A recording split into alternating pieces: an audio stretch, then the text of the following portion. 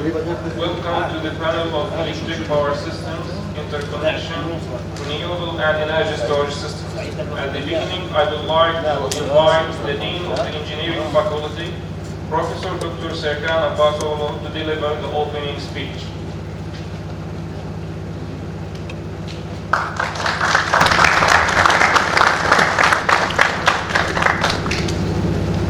Sayın Başkanım, Genel Sekreterim, Bölüm Başkanım, değerli meslektaşlarım, değerli konuklar, öğrencilerimiz, değerli konuşmacılarımız, önce de hepinize hoş geldiniz diyorum. Uzun zamandır Kıbrıs'ta bir enerjiyi konuşuyoruz, Kuzey Kıbrıs özellikle. Başta da elektriği konuşuyoruz tabii, çünkü enerji kaynaklarımızın, adadaki enerji kaynaklarının yaklaşık olarak %50-55'ini biz elektrik üretmek için kullanıyoruz. Dolayısıyla elektrik bizim için çok önemli bir kaynak. Şu anda bir geçiş sürecindeyiz. Yani bir enerji transition dediğimiz elektrikte bir geçiş dönüşüm sürecindeyiz. Bütün dünya böyle, global olarak bütün dünya bu geçişi konuşuyor. Çeşitli sebepleri var. Yani enerji kaynaklarındaki arz güvenliği sorunundan tutun da çevresel etkilere kadar birçok farklı sebepten dolayı enerjideki dönüşüm önemli. Uluslararası Kıbrıs Üniversitesi bu dönüşüm ve enerjideki yeni adımların aslında adındaki öncülerinden birisi. Ki yani oda başkanımız burada, Elektrik Mühendisleri Odası da etkinliği beraber düzenliyoruz. Bu da ilk etkinliğimiz değil, muhtemelen bundan sonra birçok etkinliğimiz olacak. Çünkü vizyon olarak paralel bir vizyonumuz var. Bu çerçevede Uluslararası Kıbrıs Üniversitesi 2009 yılından beri yenilenebilir enerji kaynakları ve çevreyi aslında mükemmeliyet merkezinin iki ana başlığı olarak seçerek çalışan bir üniversite. 2009 yılında biz Enerji Sistemleri Mühendisliği ve çevre bölümlerini kurarken aslında vizyonumuzu bu yönde belirlemiştik. Ve Enerji Sistemleri Mühendisliği bölümü aslında yenilenebilir enerji üzerine atılan adımın temeliydi. Ondan sonra çok faaliyet beraber yürüttük. Yani beraberinde yürüttük. Birçok eğitim yaptık ki yine EMO ile ortak yaptığımız yenilenebilir enerji ile ilgili PV sertifikasyon programı bunlardan biriydi. 2015 yılında yapılan bir eğitimdi bu. Bunun dışında birçok burada tesisin kurulumunu, ilk güneş enerjisi tesisini 2015 yılında Uluslararası Kıbrıs Üniversitesi'nde kurduk. Ve şu anda da net zero karbon dediğimiz, yani sıfır karbon üniversite kampüsü olma yolunda ciddi adımlar atıyoruz. Gerek enerji verimliliği çalışmalarımız, gerek alternatif iki kaynaktan ki biri güneş enerjisi, az önce de bahsettiğim gibi, diğeri de muhtemel bir biyogaz tesisi yapımı sürecimiz var. Sıfır karbon kampüs olma yolunda önemli adımlar atıyoruz. Dolayısıyla bu enerji dönüşümünün önemli saç ayaklarından biri olduğumuzu düşünüyoruz. Bunun yanında tabii farklı görevlerimiz de var. Kamuya hizmet yönünde de görevlerimiz var. Bunu da işte bu bilinçliliğin artması, bu dönüşüm sürecinin hızlanması adına yaptığımız etkinliklerde, ayrıyeten buradaki karar vericilere destek vererek yapılan danışmanlık hizmetlerinde gerek bakanlık gerekse diğer noktalarda göstermeye çalışıyoruz. Tabii ne kadar başarılı oluyoruz? Bu aslında verdiğinizin alınması miktarıyla da ölçülmesi lazım. Biz elimizden gelen gayreti yapacağız. Geri adım da atmadık, atmayacağız da. Bugünkü etkinlik de bu açıdan çok önemli. 3 tane çok önemli konu konuşulacak. Birincisi yine yenilenebilir enerji tabii. Yani yenilenebilir enerji kaynaklarının verimli kullanımı adada çok önemli. Şebeke açısından da bu değerlendirilmeli, kaynağın doğru seçilmesi açısından da bu değerlendirilmeli, kaynağın kullanımı yani tesisin tasarımının önemi de çok dikkat alınması gereken bir konu. Diğer yandan yenilenebilir enerji bir depolama sorunumuz var biliyorsunuz. Konuşacağımız bir diğer önemli konu da bu depolama artık hayatımızın bir parçası olmak durumunda. Bu gerek kaynakların sürekliliği açısından sıkıntı olduğundan dolayı gerekse şebekemizi korumak açısından önemli ki bunu uzman arkadaşlarımız bugün paylaşacaktır. Tabii Sena Hanım bugün misafirimiz çok önemli bir bizim tartıştığımız bir konuyu ön plana çıkaracak. O da 3. başlığımız olacak. Bu arada Cem Bey'e de geldi. Şuraya da teşekkür ediyoruz bu desteğinden dolayı. Üçüncü başlık Enterkonnekte. Eurasia biliyorsunuz büyük bir adım. Bizim de bir şekilde etkileneceğimiz bir süreç. Nedir Eurasia projesi? Şu anda İsrail üzerinden Kıbrıs'tan geçecek ve Avrupa'ya, Yunanistan üzerinden Avrupa'ya bağlanacak bir Enterkonnekte bağlantısından bahsediyoruz. Çok büyük bir proje. Yaklaşık 1300 kilometre diye biliyorum. Bugün belki hocam değinecektir, konuşmacımız değinecektir süreç içerisinde. Derin, yaklaşık 3 kilometrelikte bir deniz derinliğinin olduğu bir güzergah. Çok büyük bir adımdan bahsediyoruz. Enterkonnekte şu anda Green Deal dediğimiz yeşil mutabakatın da hedeflerinden birisi. Yani enerjinin paylaşılması, elektrik enerjisinin paylaşılması. Avrupa Birliği 2020 hedeflerinde bunu %10'da tutarken şu anda %15'e çıkardı 2030 için. Yani Enterkonnekte önemli bir adım. Bu enerji geçişinin önemli parçalarından biri. Dolayısıyla bizim de konuşmamız gereken bir şey. Tabii bizim en çok konuştuğumuz ne? Doğal olarak bizim en yakın ana karamız, ana vatanımız Türkiye ile Enterkonnekte'nin mümkün olup olmadığı ve yapılabilir olup olmadığı. Bu konuda benim çok yorumum var. Belki dinlemişsinizdir daha önce. Tekrarlamayacağım. Tabii teknik olarak yapılabilirliği tartışmaya açık bir konu değildir. Ama bunun işte karar verme açısından sadece teknik bir konu değildir. Stratejik, politik birçok etki var bu süreçle ilgili. Ekonomik aynı zamanda. Hepsini bir araya getirilerek sürecin değerlendirilmesi lazım ama Enterkonnekte'nin bizim için önemli olduğunu hepimiz kabul ediyoruz artık. Yani buna muhalefet edenler de, destek verenler de aslında önemini yadırgamıyor ama ne diyorlar? İşte feasible değil, mali olarak uygun değil, teknik sorunlar var. Bunlar hepsi çözülebilecek, tartışılabilecek konular. Ama geldiğimiz noktada 3 tane ana ve önemli başlığı bugün tartışacağız. Dolayısıyla çok önemli ve zamanlama açısından da kıymetli bir etkinlik olduğunu düşünüyorum. Başta bölüm başkanımız Mehmet Hocam'a, üniversitemizin etkinliğe katkı koyan herkese, Elektrik Mühendisleri Odası'na ve şuraya bize destek verdikleri için çok teşekkür ederim. Herkesin olumlu, başarılı bir etkinlik olmasını dilerim. Müsaade ederseniz çok kısa bir iki cümlede İngilizce söylemek istiyorum. So dear colleagues, guests, I would like to welcome all of you. Today we are going to discuss on energy again. You know, it's one of the important assets in our life. So also energy reflects our vision as Cyprus International University because since 2009 we are working on mainly renewable and sustainable energy sources. And we need too many, you see, alarms are coming, so it's important. So we should talk on that. All you know that we are so motivated for our future. So in order to sustain our world, we need sustainable energy sources which are clean and continuous. So as CIU, we are working on these issues. I'm sure that you are aware of everything that we are carrying out, and I believe in that also you will be part of this project, or you are already in these projects. So today we will discuss energy transition, which is an important part in EU Green Deal or globally all through the world. So I believe in that this event will be beneficial for all participants. I would like to welcome all of you. Thank you very much.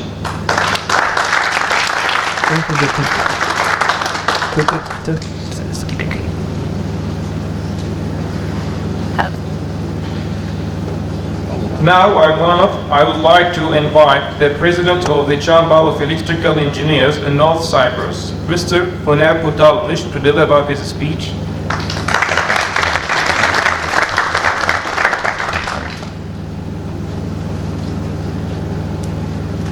Sayın Bakanım, sevgili hocalarım, değerli meslektaşlarım ve kıymetli öğrenciler, etkinliğimize hoş geldiniz.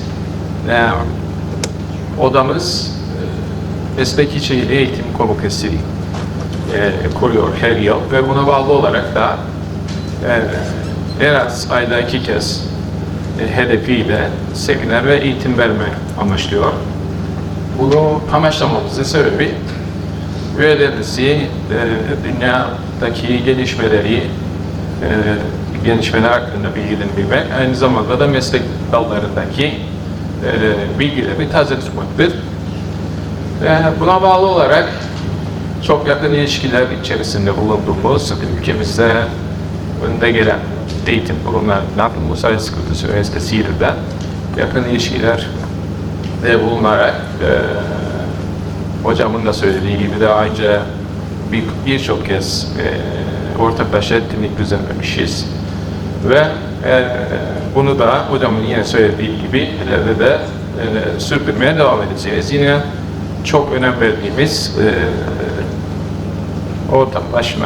ortaklık diyebiliriz buna. Biz bildiğiniz üzere o güncel konular üzerine devamlı ülkemizde nabzı tutmaya çalışıyoruz. Yenilenebilir enerji kaynakları üzerine bildiğiniz üzere geçen sene çok daha geniş kapsamlı bir zirve geçirmiştik ve yine halkımızı bu konular üzerinde bilgilendirme yapmaya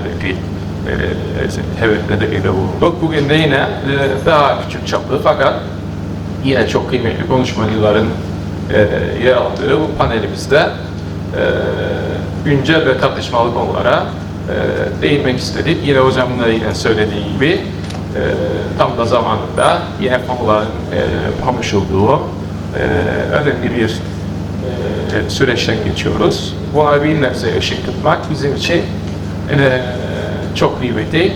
Yine mesleğimiz gereği biz toplum yararına kurulan bir sivil toplum örgütü olmamıza bağlı olarak bu konularda her zaman önce olmak hedefimizdir. Şimdiden sizlerin huzurumuza bu panele katkı koyan herkese teşekkürler sunarım. İyi seyirler dilerim.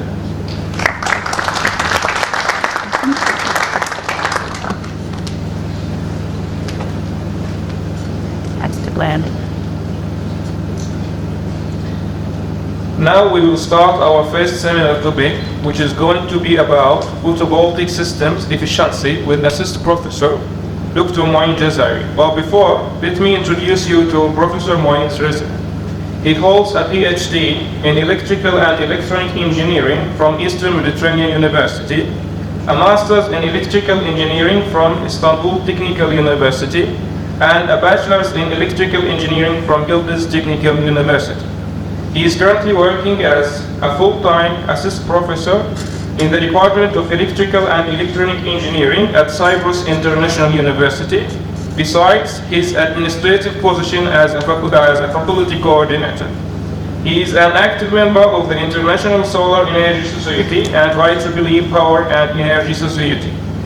He has published many papers and participated in many conferences with research interest in solar energy systems, modeling and reconfiguration of photovoltaic array, power system analysis, and lighting applications. I would like to invite Assistant Professor Dr. Moin Jazari to present his topic.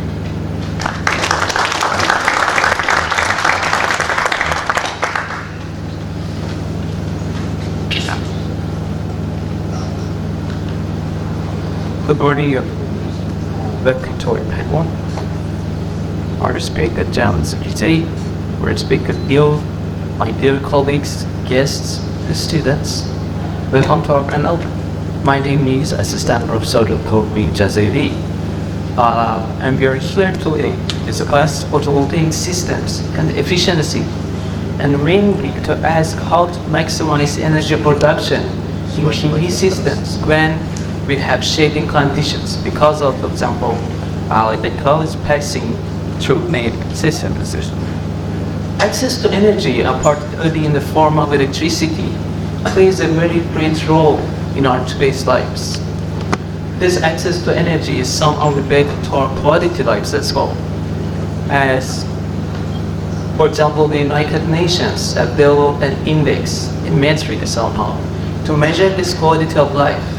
And this index, which is called Human Development Index, or HDI, is based on the average lifespan, the educational improvements, and per capita gross domestic product of the countries, more than 60 countries all around the world, which contribute to more than 90% of the world's total population. You may see the results through this figure. As you can see here, the countries having more access to energy have shown to have higher values of this Human Development Index, which means they have somehow a more quality lives. And also the countries with lower access to energy also have shown to lower values of Human Development Index. So, in this regard, a search for energy, for new sources of energy, is a direct and a natural result of first the finite nature of the conventional sources like the fossil fuels that we vastly use today to produce our required energy. The second reason is the negative environmental impact of those fossil fuels, as we all know they pollute our environment. And finally, the increasing demand, in parallel with the increasing demand to energy, in parallel to the industrial developments of today's world. As an example, the European Union has recently, almost 1.5 months ago, set a new target for renewable energy production and utilization. They have almost increased this ratio from 32% to 42% or even 45% in order to reduce greenhouse gas emissions by 50% by the year 2030. This new goal means a double improvement, 100% increase in total renewable energy production compared to the year 2021. The ratio at 2021 has been 22%. So in this regard, as we see, we need to utilize a huge resource of renewable energies. Solar energy in this regard is one of the promising renewable energy sources which has the potential to hopefully take the place of the conventional sources that we're using today. But of course, the solar energy comes together with some advantages and disadvantages, as well as any other source of energy. Hopefully, if we can overcome these disadvantages, then we may hope for the wider utilization of solar energy for our energy production. Some of the advantages of solar energy is that, first of all, solar energy does not have any pollution effect on the environment. They don't pollute our air. Second, the resource of solar energy is almost infinite. Their operational costs are very low. They have no moving parts. The module lifetimes are relatively high, almost 25 years. They can quickly be installed and they are modular. We can take our solar panels and install at the point of interest and they will start producing energy for it. But what are the disadvantages that should be overcome for wide utilization? The first is the relatively high first installation costs. The first initial investment requirement is relatively high for solar energy. The other disadvantage is lack of sufficient energy storage devices. The batteries that were used for energy storage in PV systems are either too expensive or the efficiencies are not that much high that we can easily use them. And finally, the relatively low sunlight conversion efficiency.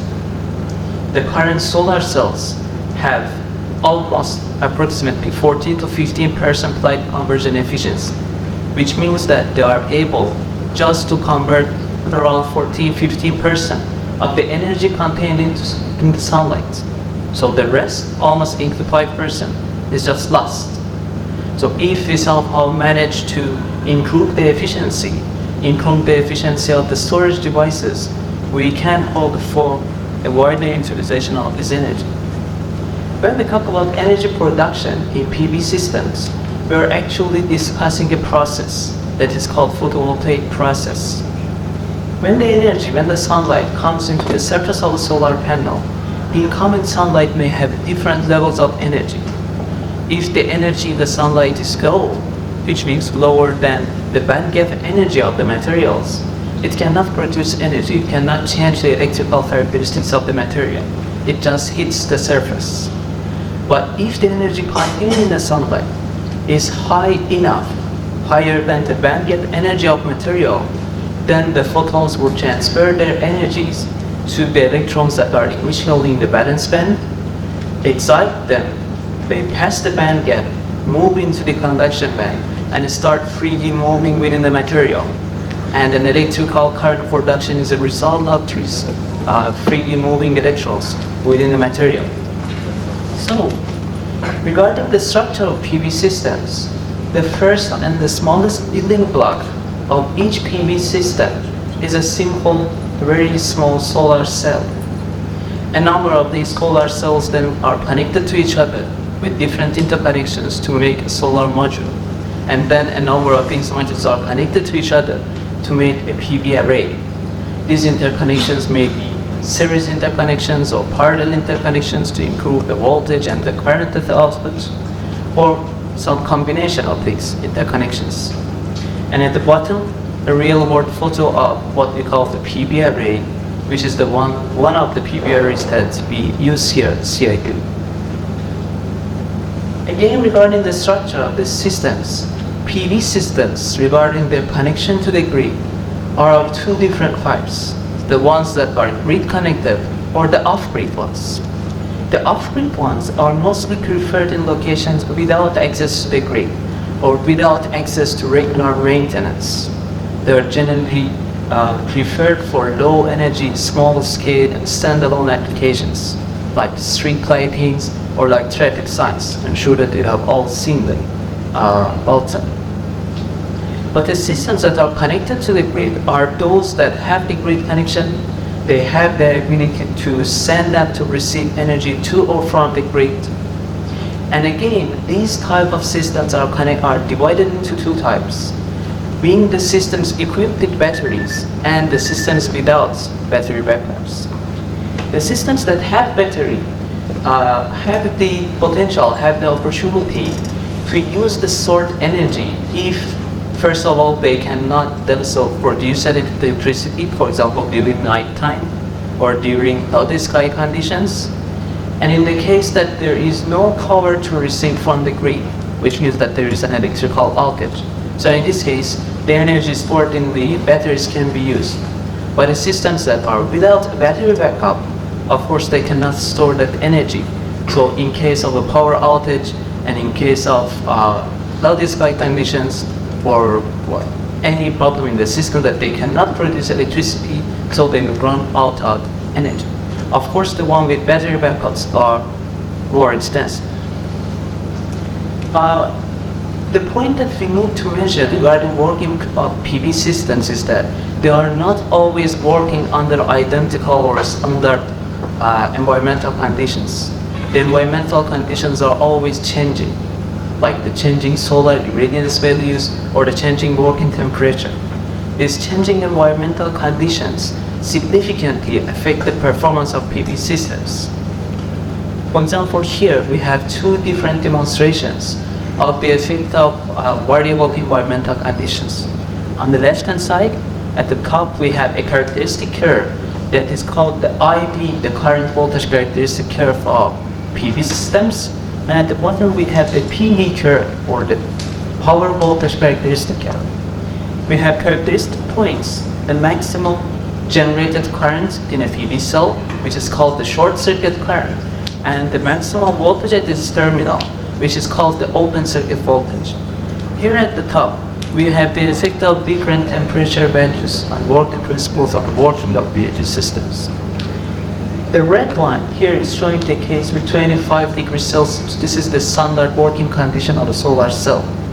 As you see, with this 25 degree, the cell is producing its rated values 21 volts, for example, open circuit voltage, and 3.8 amperes of current. But again, as you see, with increasing temperature values, the open circuit voltage of these cells is reduced. And this effect reflects on the maximum power produced by these panels. Again, the red one is showing the weighted value of 6 V-watts.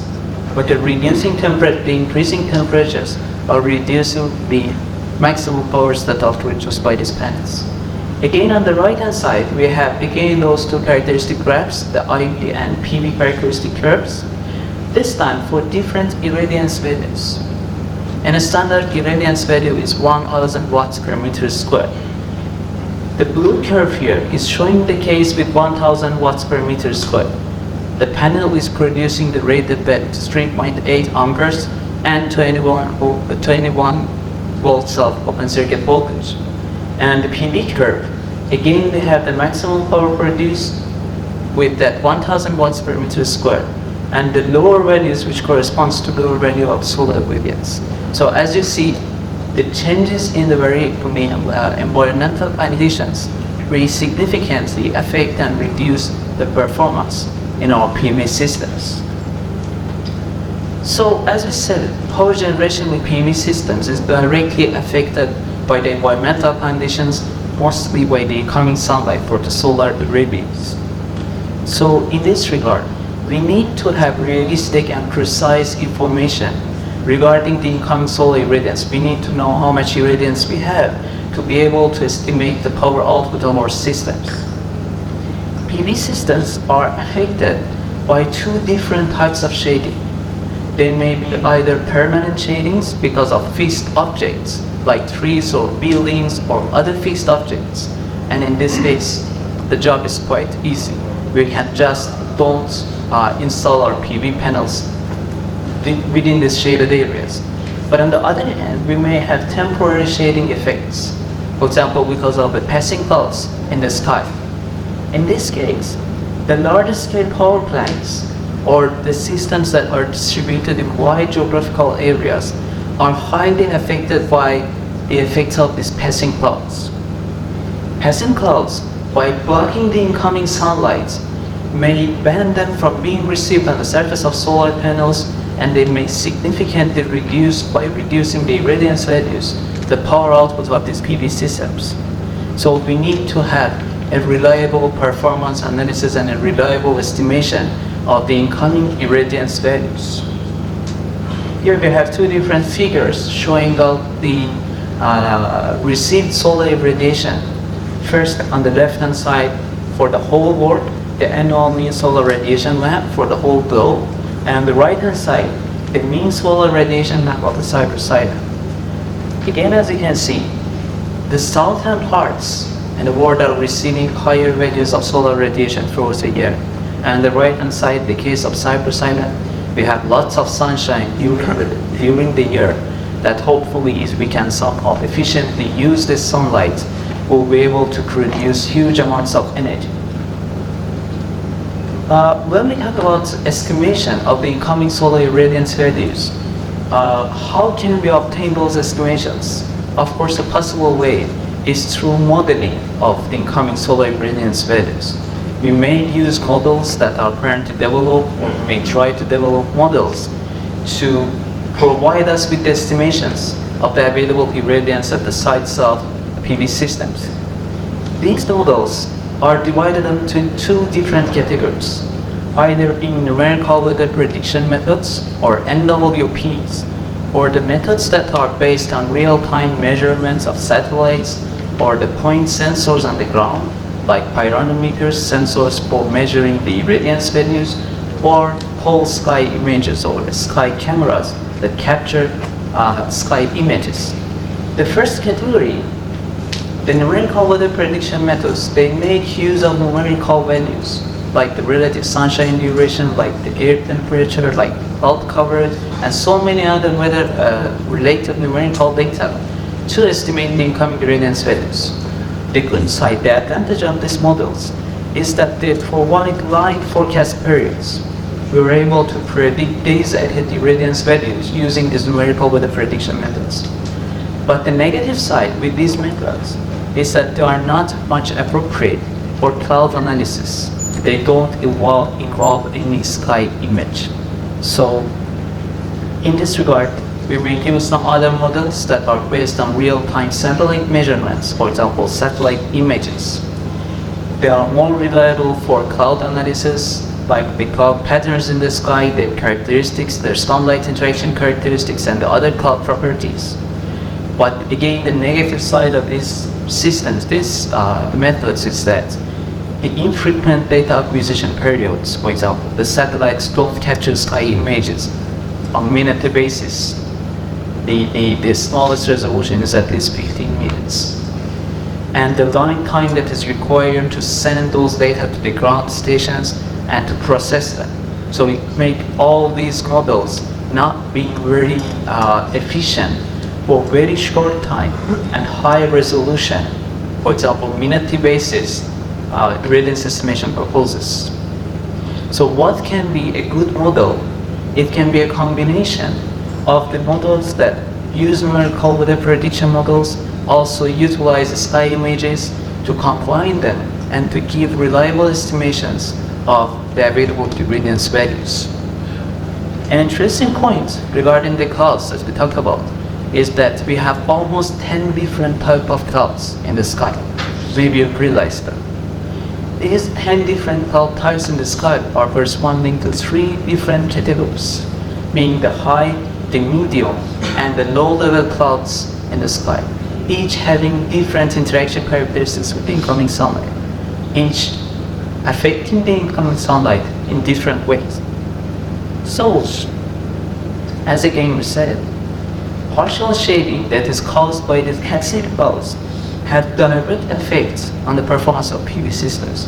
The instant that they block the sunshine, they stop power producing in PV panels.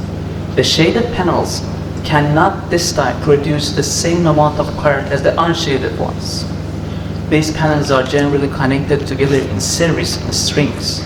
When in a series string, one of the panels or a number of the panels are shaded and they cannot produce power, they are going to limit the current that is this time produced by the healthy unshaded PV panels.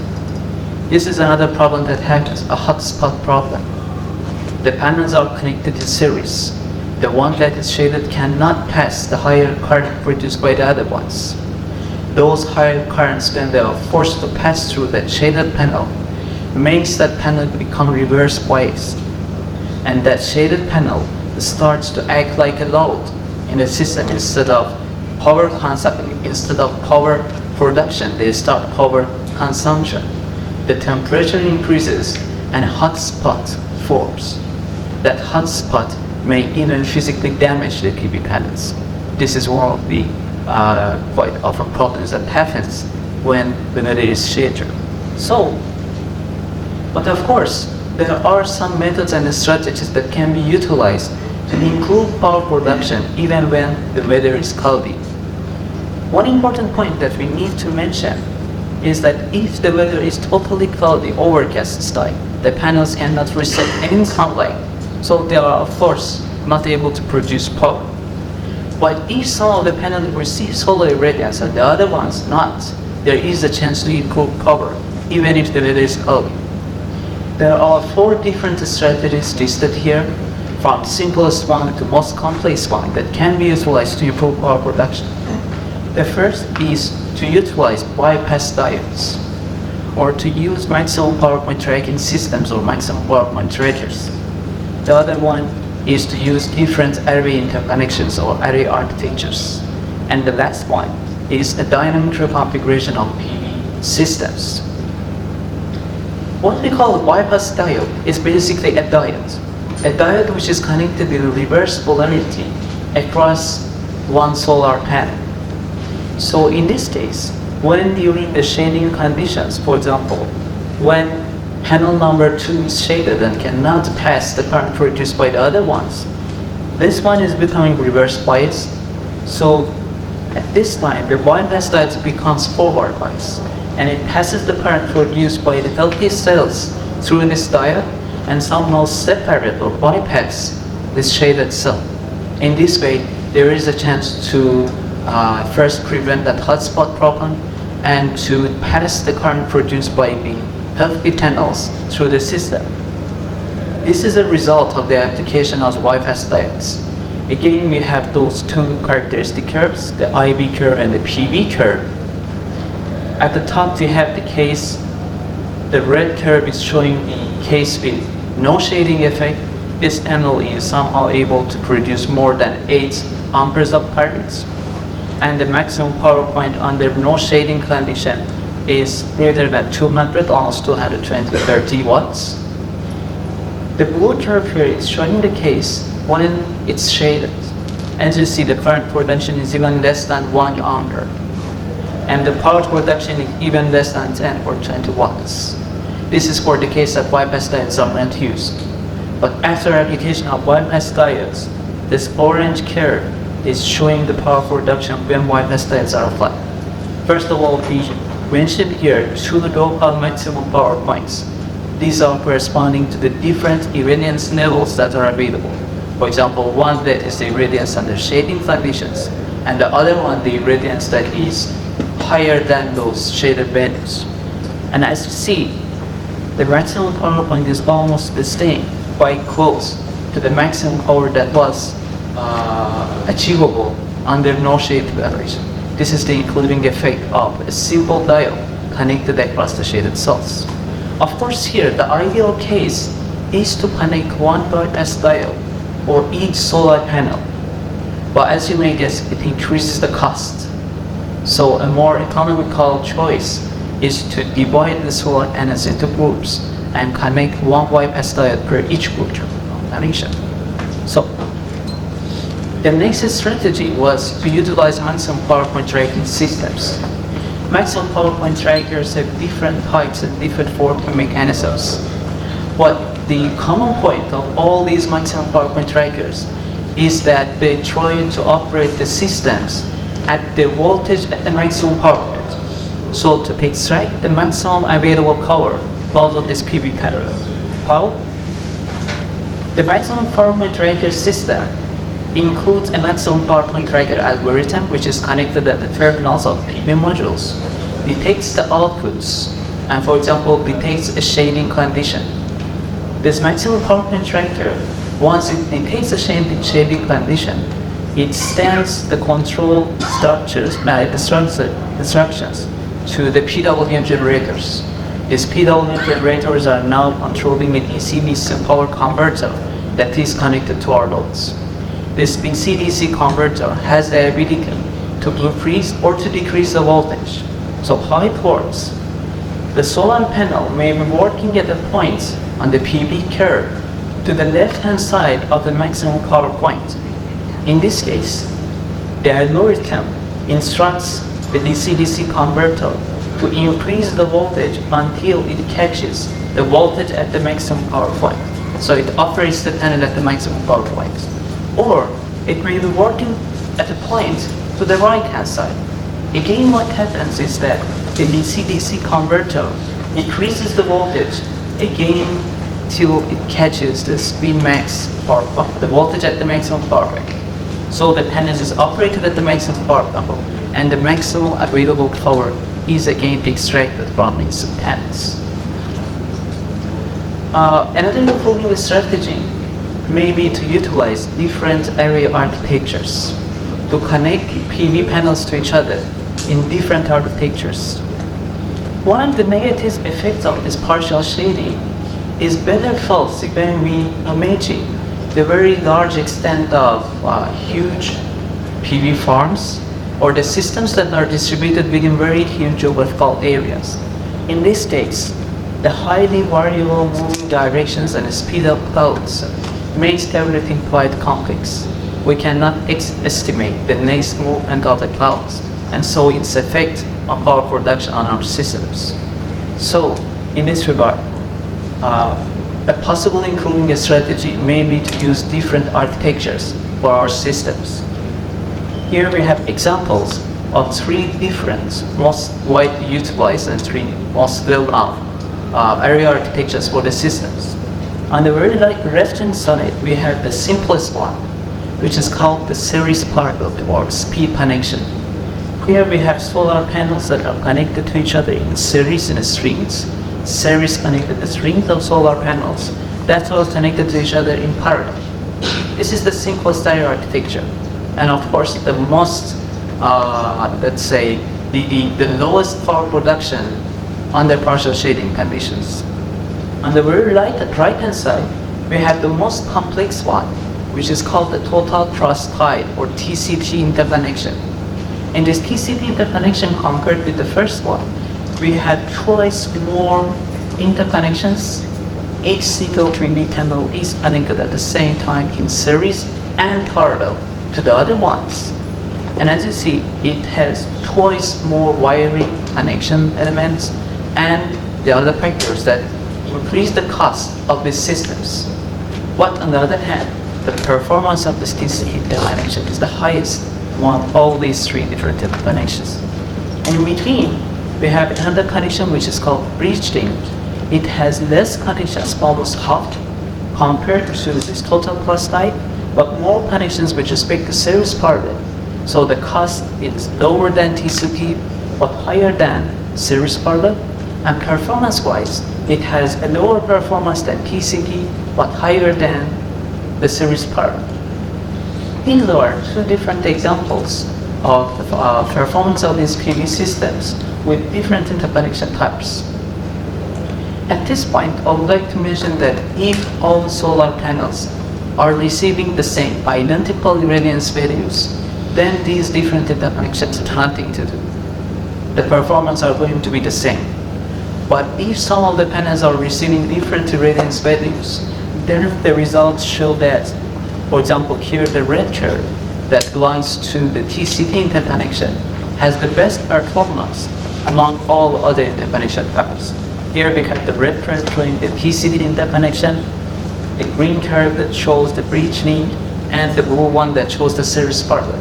As you can clearly see here, the total cross-pipe interconnection outperforms all these different interconnections. Even in this one, all of them are quite close to each other, but again looking at the numerical values, it's been seen that the TCP has outperformed, has shown better performance than all other different direct interconnections. And finally, that's the strategy that we call dynamic reconfiguration of the systems. Again, we had lots of different algorithms with lots of different control and working principles, but again, the common point for all these reconfigurable algorithms is to change the location of PV panels within the systems to find the optimal point, the optimal place for each single PV panel to somehow balance the irradiance levels between the panels and to extract the highest possible power. Such a system uses a flowchart like this one. At the first stage, it detects the shading system, the shading patterns, the partial shading conditions. According to the available partial shading conditions, based on precision, it sends the values, the results to the reconfiguration algorithm. A reconfiguration algorithm then decides and sends the reconfiguration instructions to a control mechanism that is called the switching matrix. This switching matrix then changes the place of the panels within the system, relocates them to the new positions, and so increases the power production. At the bottom we have an example of the switching matrix. It has a control mechanism that receives the reconfiguration strategies and sends the control instructions to the switches that are connected across each PV panel. These switches can connect each PV panel at any point in the system. Once they get the instructions from the switching leaders, they does the switching, change the location, and form the new connection type. Now finally, these are the results obtained into reconfigurable algorithms for different irradiance patterns over the extent of PV systems. As you see here, we have the blue curve that is showing the case without reconfiguration. The black one is showing now the case after reconfiguration for this irradiance pattern. And we have the green one that is showing the optimal case, the ideal case, the maximum available power under this irradiance condition. As you clearly see here, the black curve is increasing power production compared to the case of before reconfiguration. And again in this one, it's clearly visible. The irradiance profile is changed, but again, the black curve, which belongs to the reconfiguration algorithm, has been able to increase again power production, the maximum power production of these PV systems. Taking points regarding all these improving strategies is that They can be used individually or they can all be used together. For example, you can equip your system with bypass diodes, then you can use length involvement trackers. You can make different interconnections for your systems, and then you can use a configuration algorithm in order to extract the maximum available power of your system under the existing partial shading conditions. Thank you very much. Bayağı.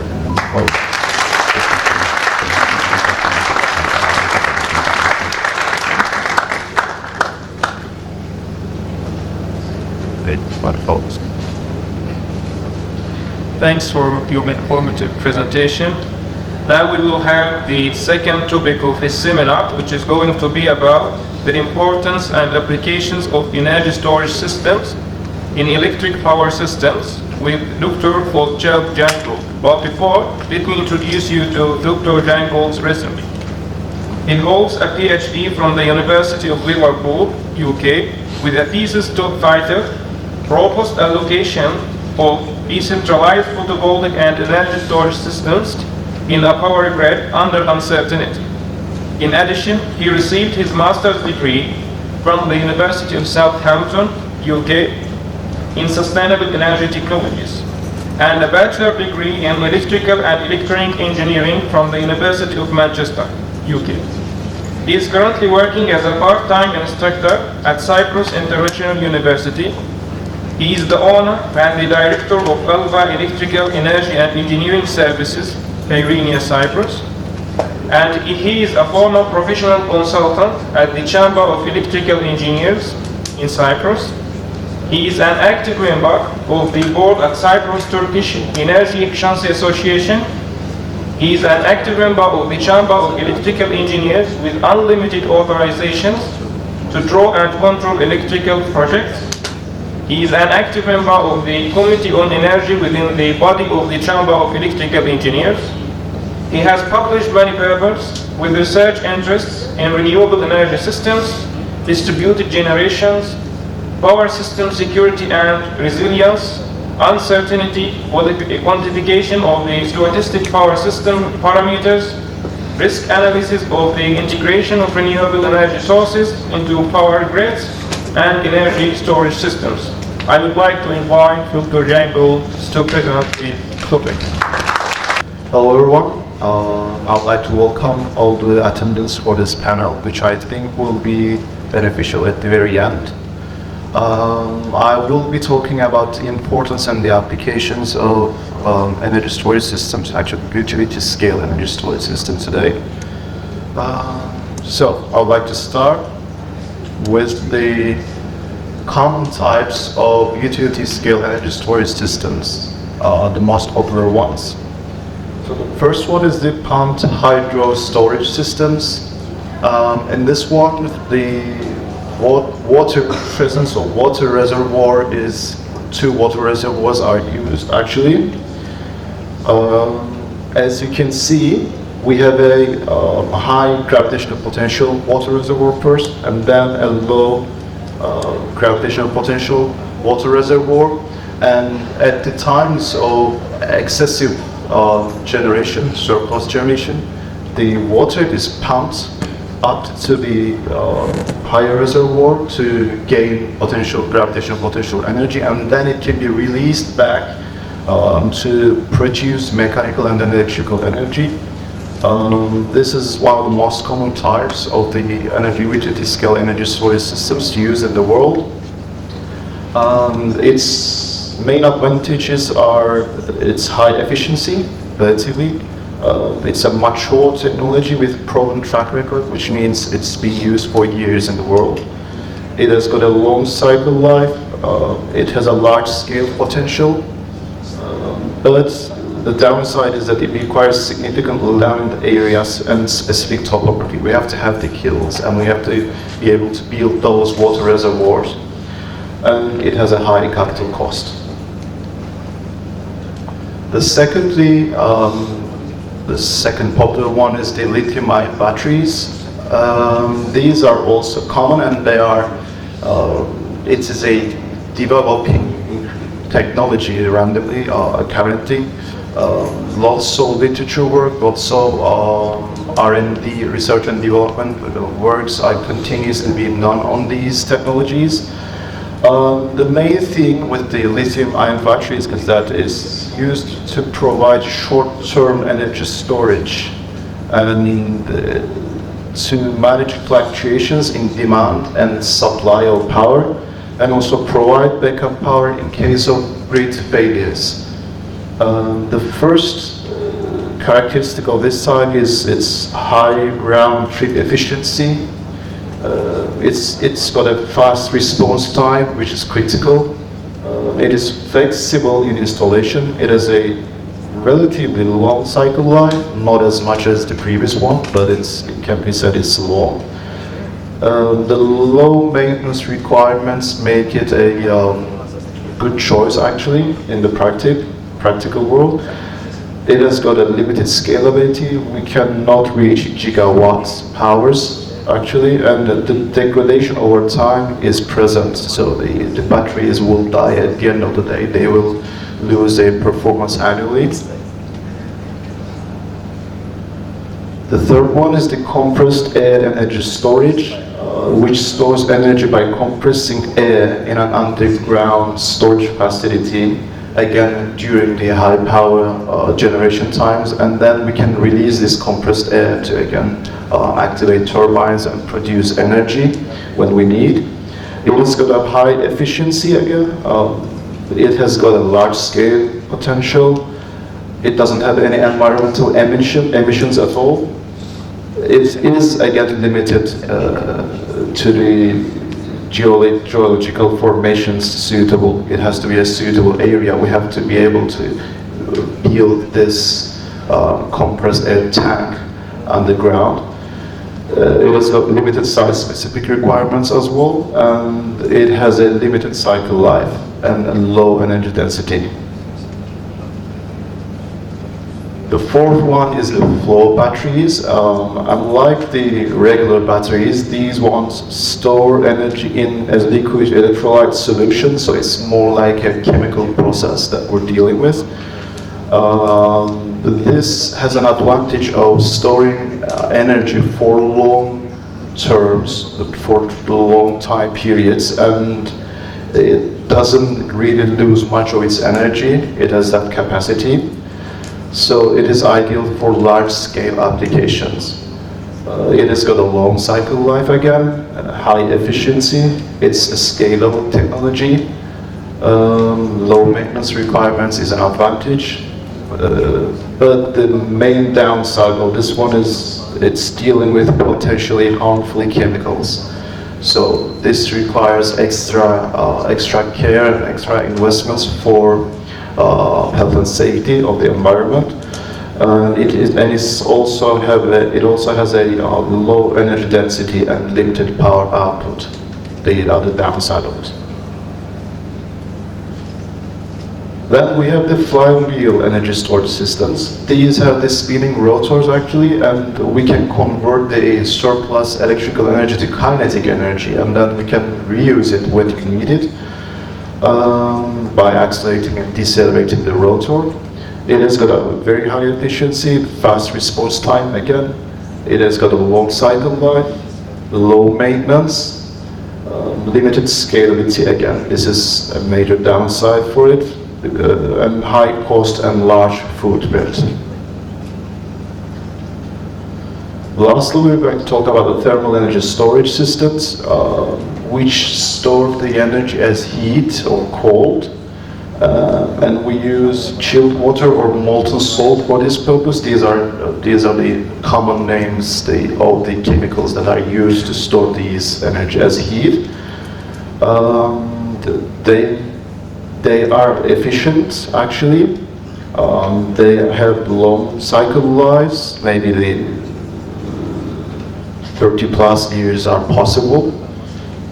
It has low maintenance requirements. It has a flexible operation. We can both use heating, we can use it for both heating and cooling purposes as well. It requires specific materials and infrastructure for heat exchange. These these increase the costs actually, and it has got a limited power output and scalability. So the choice of the technology that we're going to use mainly depends on some critical parameters, which are cost, efficiency, reliability, scalability, and some specific requirements of the power grid that we're talking about. I've given some examples here. For example, the pumped hydro storage is suitable for large scale and long duration storage applications, while lithium-ion batteries are used for short-term and fast-reacting storage applications.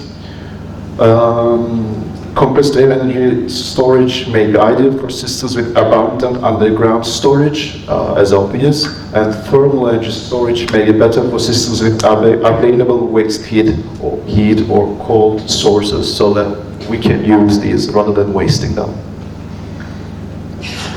This figure shows us the trends in the market size of energy storage systems. As you can see we are in 2023, the rest are basically trajectories, expectations. We can see that in a decade of time, the market size of energy storage systems are almost, actually they're doubling, yeah? So this means that there is growing interest in these systems globally. So with the fact that the prices of these technologies, these storage systems are reducing together with the improving technology, the market size is still increasing. So this means that the future is going to be on energy storage systems. Actually, we will be building our power system infrastructures with energy storages, basically. We are going to talk about some benefits of such systems from the engineering point of view. The utility energy storage systems help peak shaving, first of all. What is peak shaving? When we have peak times of power demand, this is a negative thing for power system engineers. Actually, we are trying to develop ways and techniques to get this peak reduced. And storage systems are capable of helping reducing these peaks by injecting power at peak power demand times. Apart from that, frequency regulation is a critical parameter. We can make use of fast-acting storage systems to help frequency regulation and maintain the power grid stability, which is really critical. And apart from that, this is especially important for power systems with high penetrated renewable energy sources, which bring lots of variations and uncertainty into our power system. Apart from these, energy storage systems can provide a range of ancillary services to support the power grid and to improve the reliability, stability of the power system. Examples include voltage control, reactive power compensation, and ramping services. Also, grid resilience is very critical, and the energy storage systems can be used as backup units when needed to keep the grid resiliency high.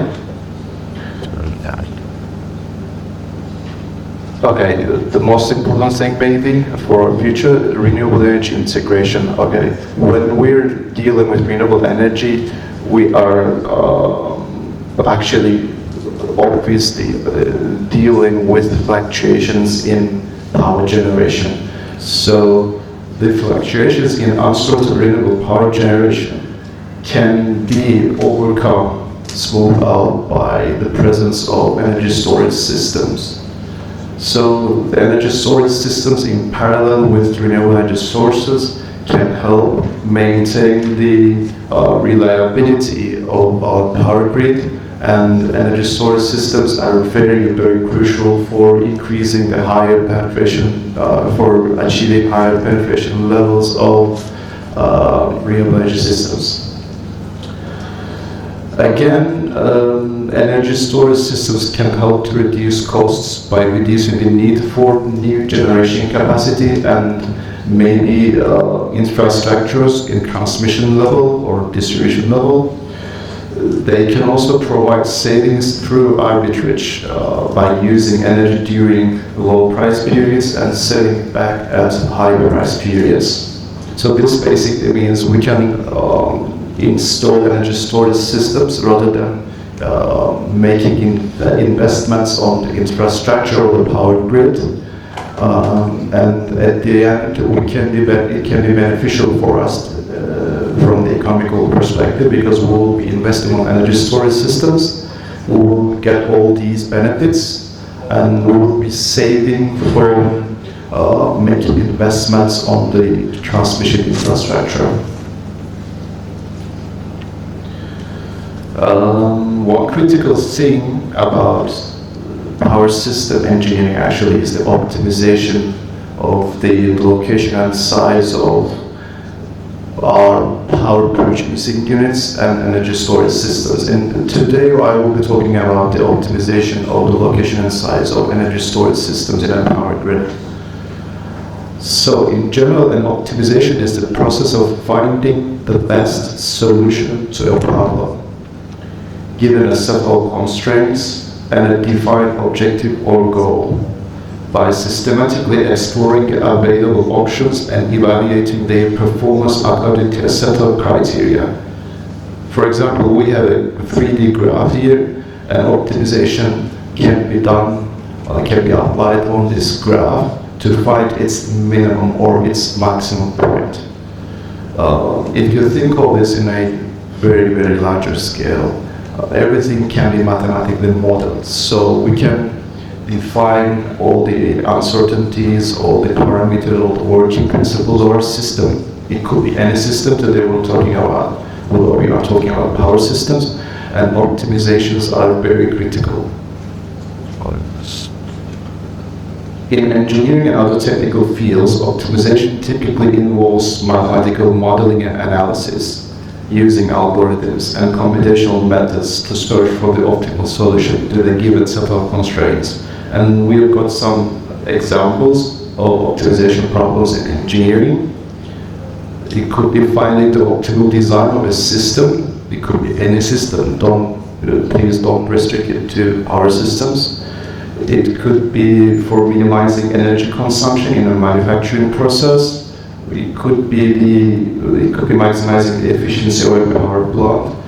It could be something from our real lives as well. I mean, if I'm going to Nicosia for a year, for example, via my car, I can optimize my routes, or I can optimize it with respect to a goal. For example, I can say I want to optimize my trip to Lefkoşa for a year, and my objective is to minimize my distance, okay, for example. This will give me a route. And secondly, I can think of minimizing my time of my trip, the time of my trip. Then it can give me a different solution, okay? So I can go to the Lefkoşa from a short path, but it can take me, for example, 13 minutes. But I can go to the Lefkoşa from here on a longer route, but it will take me 20 minutes. So it depends on us. What is our goal? How we want to optimize it? But I'm choosing an objective function for optimizing the sizing and siting of energy storage systems in a power system.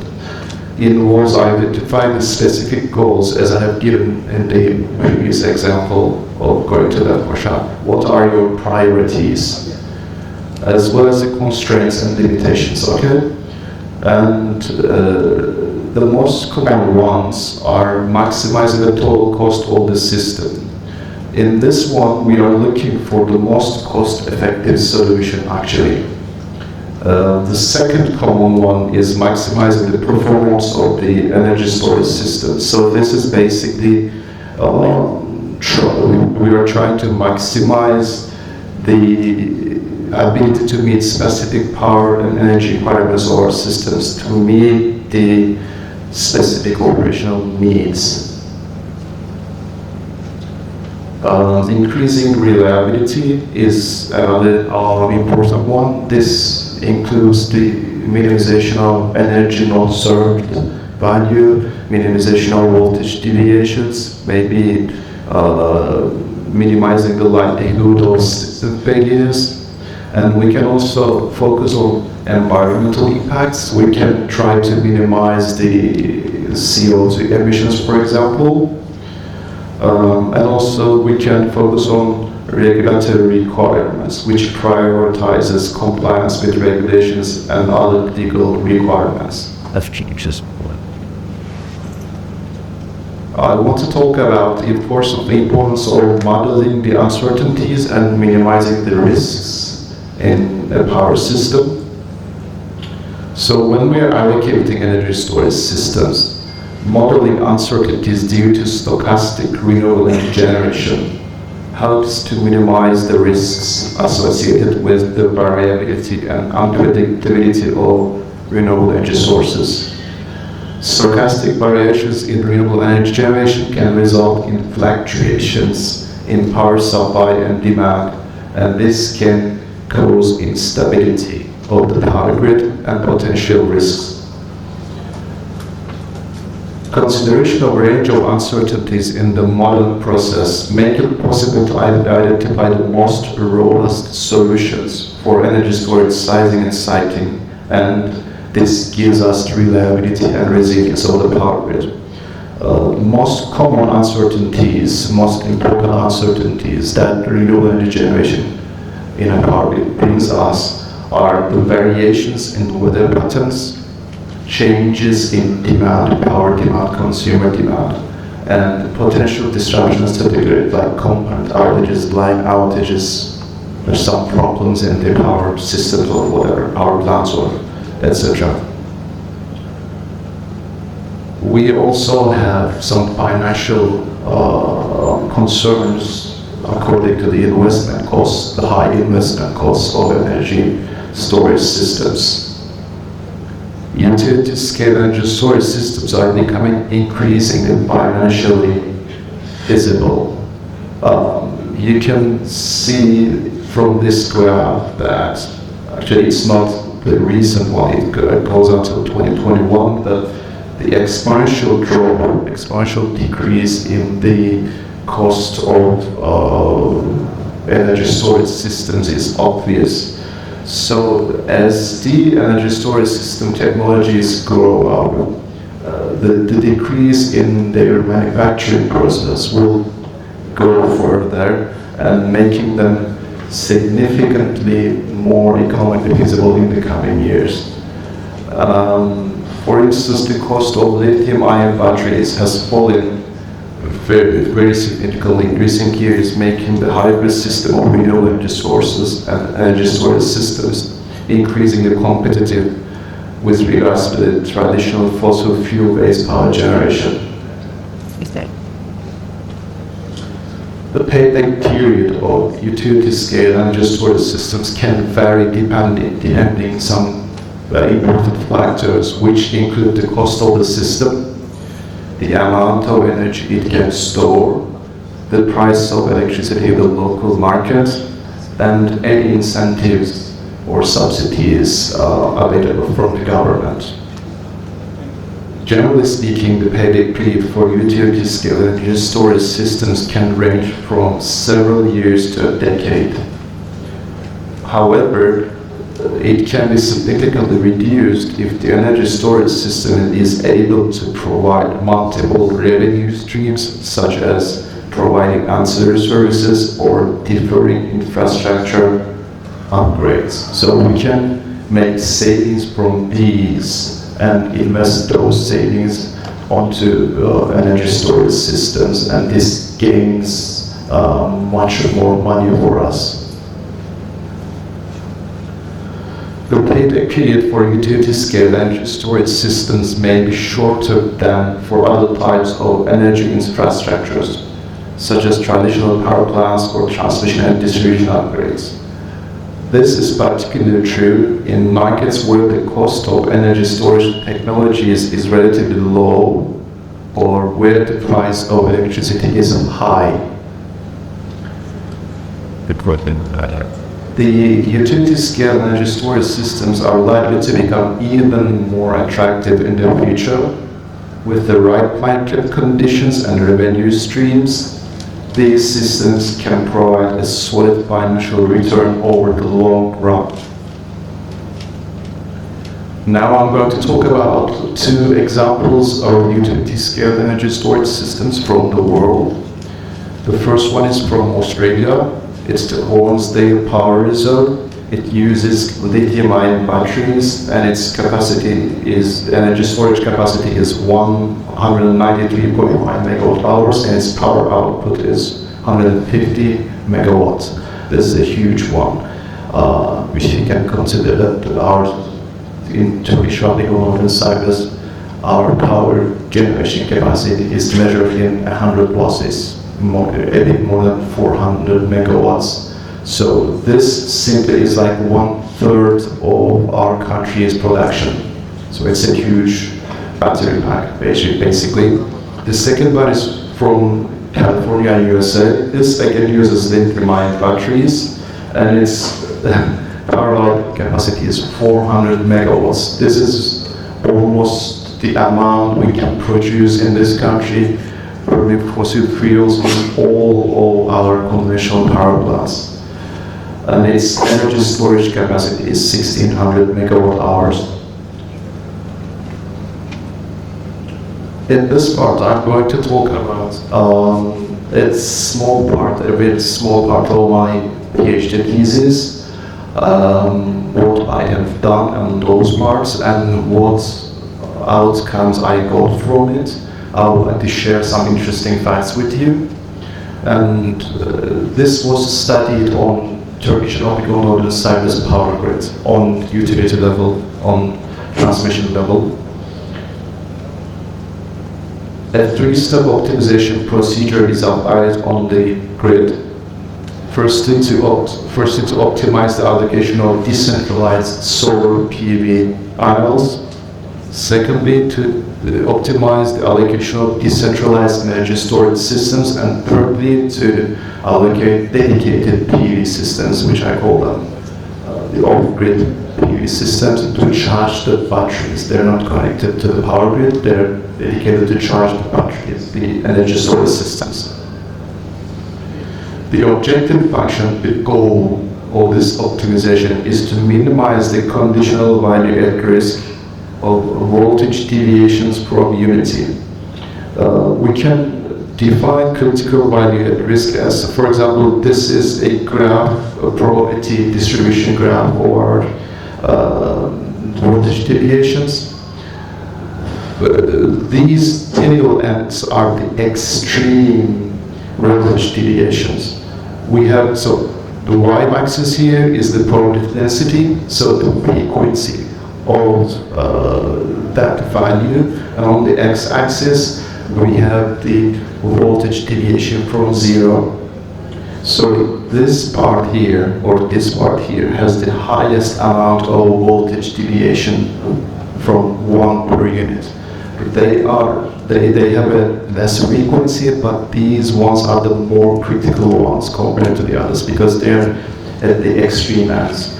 So conditional value at risk is dealing with this tail end of this graph rather than just taking the mean of everything. And also Monte Carlo simulation, I've used it to quantify all the uncertainties in the power grid, and it's embedded in the optimization algorithm to account for the intermittent solar irradiance, component failures, and variable power demand. Two energy storage system models are studied. where Model A focused on the best minimization of the objective function, and Model B is a compromise between the technical benefits and the installation cost of it. You can see this is the connection of it. The regular PVs are connected to the power grid directly. We have got the energy storage systems which are connected to the grid, and we have got dedicated PVs to charge the batteries. In Model 8, we've got 110.5 megawatt peak, so on-grid solar PVs, this is the same for both, okay? Model A and Model B are used for, two optimizations are used for energy storage system sizing, so we've got two models for energy storage systems. First model has 56.2 megawatts and more than 600 megawatt hours. The second one has almost 31 megawatt power output and close to 300 megawatt hours. And since the battery side, the energy storage system sizes change, the size of dedicated PVs needed to charge these batteries also change. So we were at 84.1 megawatt peak for dedicated PV to charge the energy storage systems. And in Model B, we have 37. So the results, I will show you 4 figures. I don't want to get into the details. I will talk about the outcomes actually. This black line here is with no PV, no energy storage system, or no dedicated PV. So it's basically the original low-hour power grid. And in this case, we're looking at the 10-year analysis of condition evaluated risk of voltage deviations for both models. This 10-year analysis comprises the degradation of solar PV panels and energy storage systems. So the values change in 10 years because of the annual degradation values of the systems, of the modules. On the left-hand side, we have got the CVD, so basically voltage deviation from 1 per unit. And on the right-hand side, we have the percent improvement regarding the black light, the original, and the new CVD values. As you can see, originally we had a almost 0.09 CVD value. So this basically means the ideal case is 1 per unit or voltage. This one is either 0.91 or 1.09, which are critical values.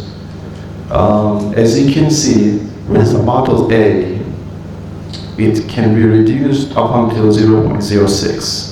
And this improvement is roughly 30%, as you can see here on the bar.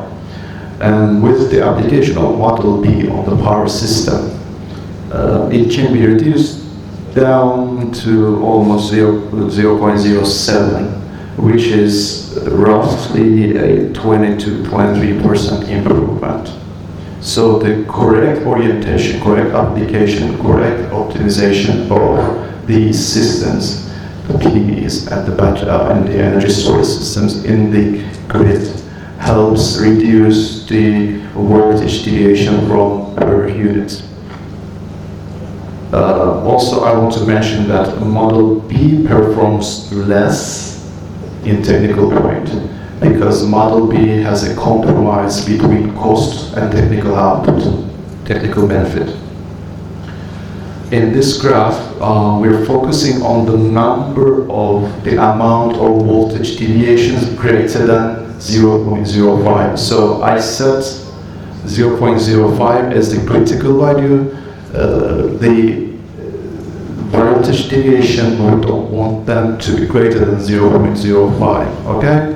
So when we're having a look on these, as you can see, we have this many of voltage deviations greater than 0.05, and we have got huge reductions. Okay, in the previous one, the CVD value didn't change this much. because we're actually focusing on the optimization algorithm. We were focusing on the yields of at the very extreme ends of the graph.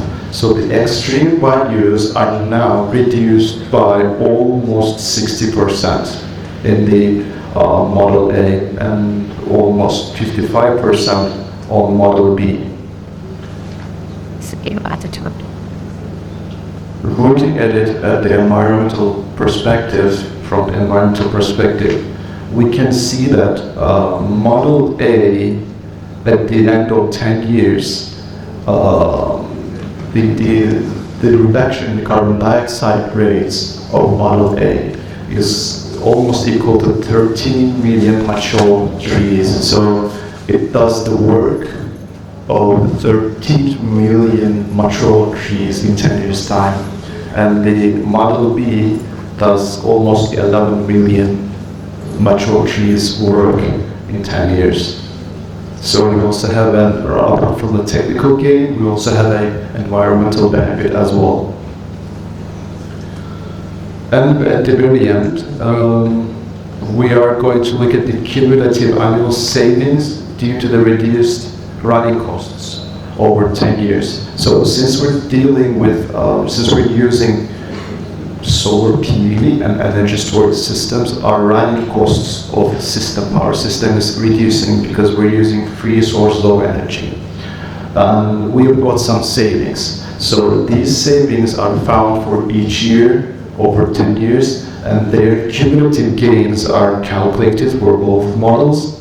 And it can be seen that the investment cost for Model B is here, and it's reached somewhere here. For example, we can say 7.5 years. So the investment cost of Model B is paid back in 7.5 years.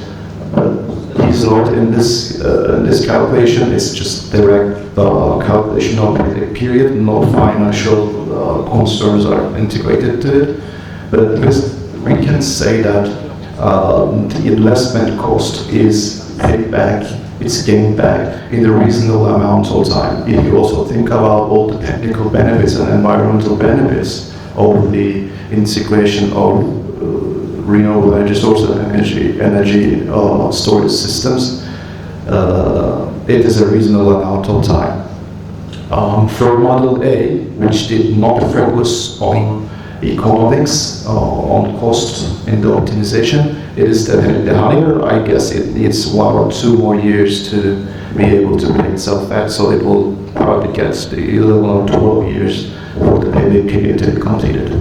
So to conclude, we can say that the integration of energy storage systems in our power systems is critical. It is a fact that we will need to develop ways of integrating them into the systems.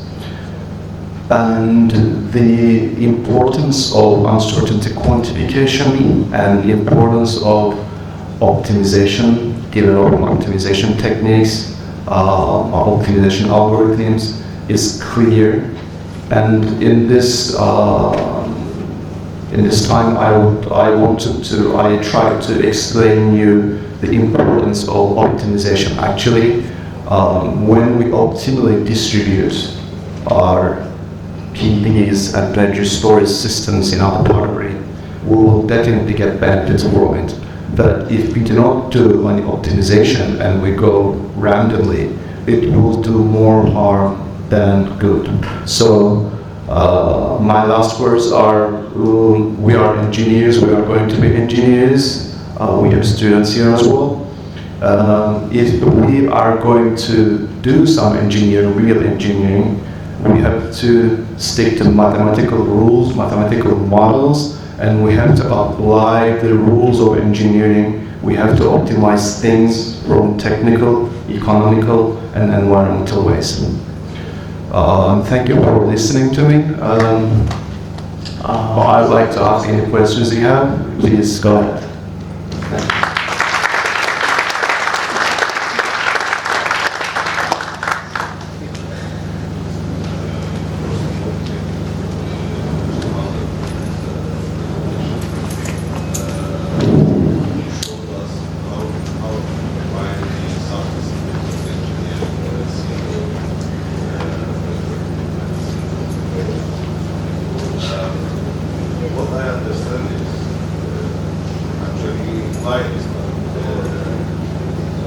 özel elektrik öğrenciler var.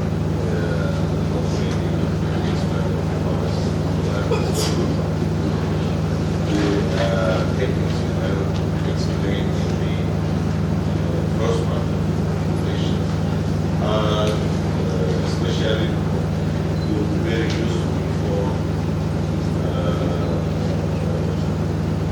storing the energy solar systems and use it at night.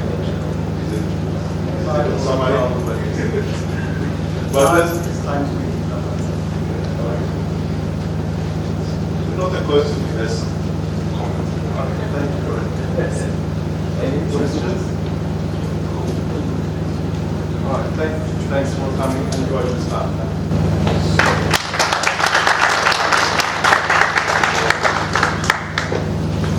Devam etmek istiyorum. Türkçe burada nefes yaklaşımı da var. Türkçe'de bunlarımız var gibi protokolü tamamlıyor. Sanayi Odası'nın Ticaret Odası'yla ve 25 megawatt bir PV sistem olacağı ve devamında da bir storage sistem olacağı söylenir. Bununla ilgili görüşlerimizi merak ediyoruz. Bir de alım garanti anlaşmalarımız var. Aksay'da ve katılmış olduğumuz toplantılarda görüyoruz ki yıl içerisinde 80 megawatt'a düştüğümüz taleplerden 100 megawatt'ın üzerinde alım garantisi anlaşmaları daha da konuşuluyor. Bununla da storage sistemlerin faydası bize olabilir. Baştan iki derece olmayan aslında birincisi storage. Şimdi bu verilen sistemle alakalı bizim hesap kitabı sistem analizi bahsettiğimiz modellerin riskleri alıyor, risklerin analizi, matematiksel mühendislik, sözel değil, matematiksel modeller, matematiksel rakamlar var.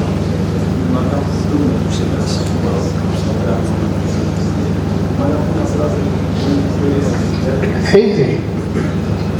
matematiksel modeller hesaplar sonra optimizasyonu nerelere daha çok yapabiliriz? Enerji kullanmaya çalışıyoruz. Daha çok vakit gibi olsa şuna sonuçlamak için çalışmak isterim. Ama optimizasyon çok büyük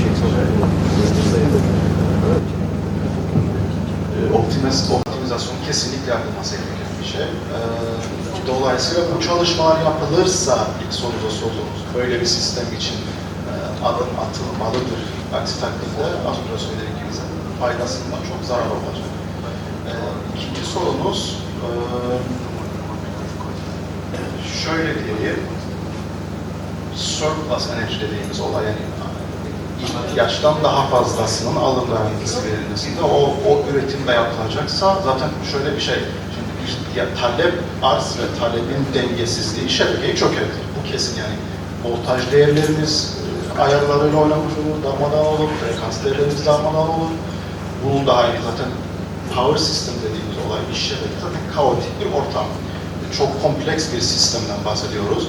Bu kompleks bir sistemin en ufak parametrelerinde bir değişiklik yaptığımızda domino etkisiyle blackout'a kadar, komple elektrik kesintisine kadar gidebilir.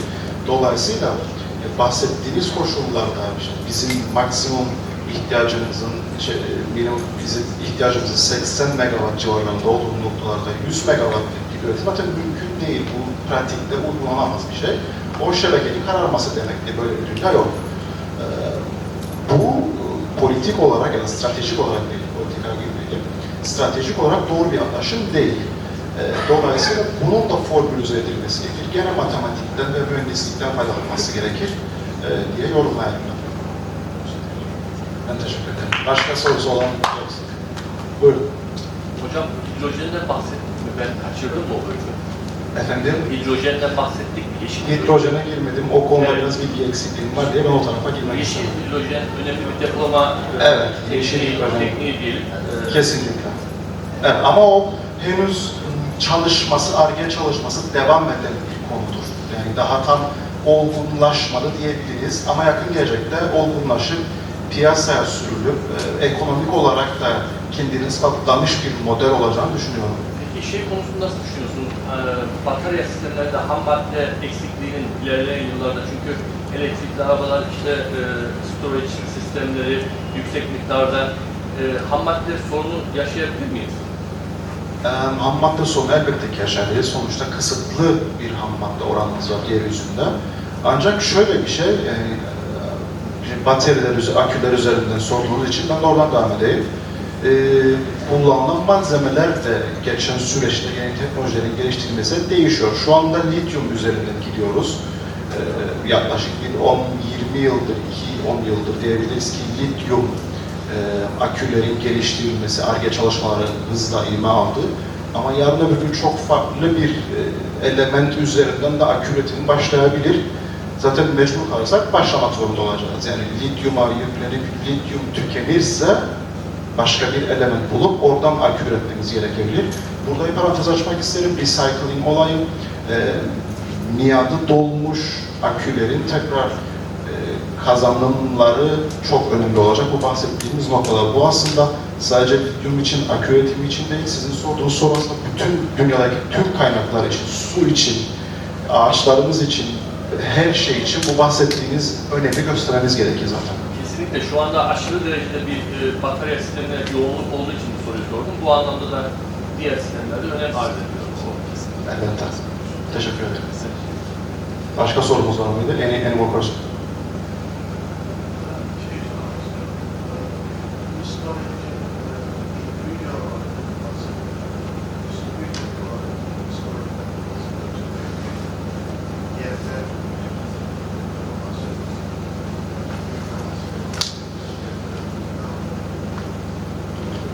Bu sorunun cevabı işte hocam optimizasyonla gizli. Yani biz optimizasyonu yaptığımızda hem size hem de lokasyon için çalışıyoruz. Optimizasyon bize der ki, okay, bizim parametreleri biz belirliyoruz, limitlerimizi hepsini biz belirliyoruz, ne amaçladığımızı biz belirliyoruz. Bilgisayar hesabı yapıp optimizasyonu önümüze diyor ki, örnek veriyorum, Lefkoşa'ya 10 MW, Girne'ye 20 MW, Mausa'ya 30 MW dağıtmamız lazım. Veyahut da devrenin hepsini Lefkoşa'ya koyalım. Yani optimizasyon sonucudur bu aslında. Vallahi benim tezimde yaptığım çalışmalarda bir bölgeye, bir basımıza çok yüklenildi sonuçlarda. İkinci numaralı basımızda, yani ikinci basta diğerinin yaklaşık yarısı kadar ve bu ikisinin toplamı zaten toplam akü miktarının sanırım %70'i civarı bir şey. Yani iki bas yaklaşık 4'te 3'ünü tüm 35 baslık bir sistemden bahsediyorum bu arada. 2 bas tüm akü yatırımı, enerji storage sistemi yatırımının %70'ini karşıladı şeklinde. Teşekkür ederim. Başka sorunuz olan var mı? En başta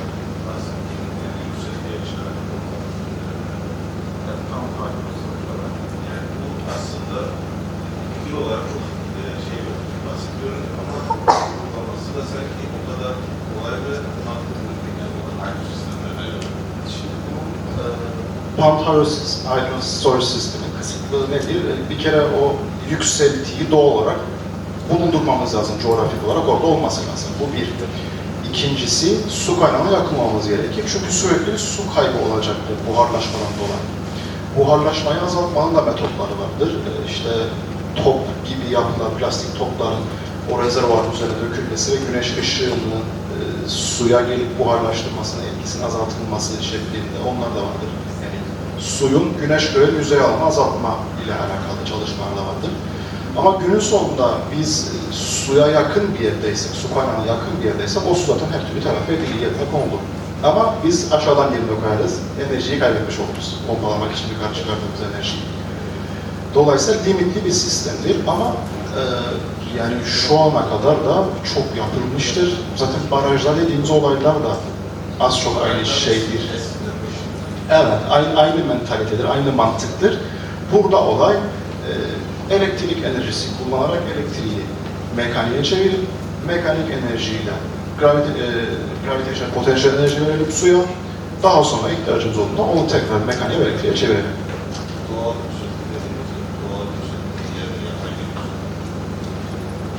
onu inşaat mühendisleri söyleyecek ki bence mümkün değil. Yani büyük bir tonajdan bahsedelim. Öyle bir ağırlığı kaldıracak bina sanmıyorum. Onu ancak yeryüzü kaldırır diye tahmin ederim.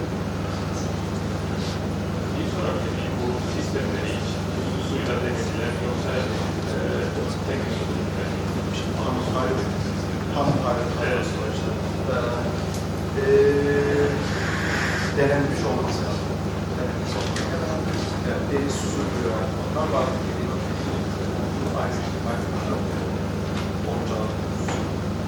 Aratılması, geçilmezse bak, bilmez böyle bir şey. Yani karşılama bezesi yapıyor. Başka soruya da yok. Buyurun.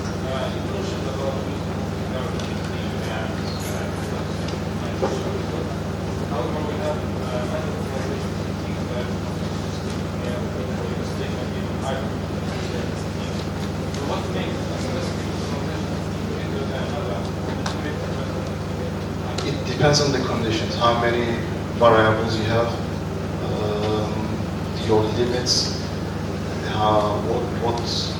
it depends also on the compromise between time and the correctness of the accuracy of the result as well.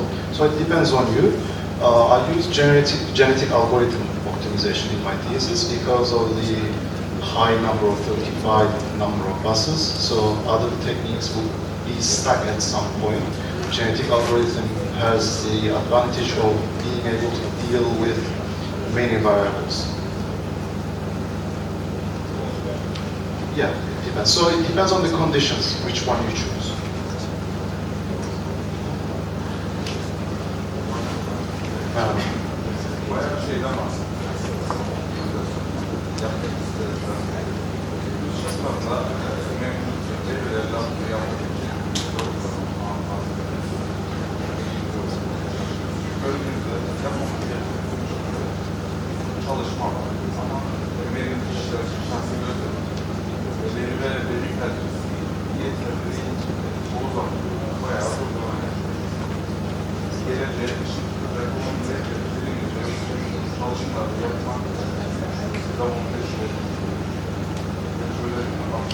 Şimdi şöyle, çok kısaca cevap vereyim buna. Çok açmak istediğim bir konu değil açıkçası. Ben teknik olarak konuşmak isterim burada.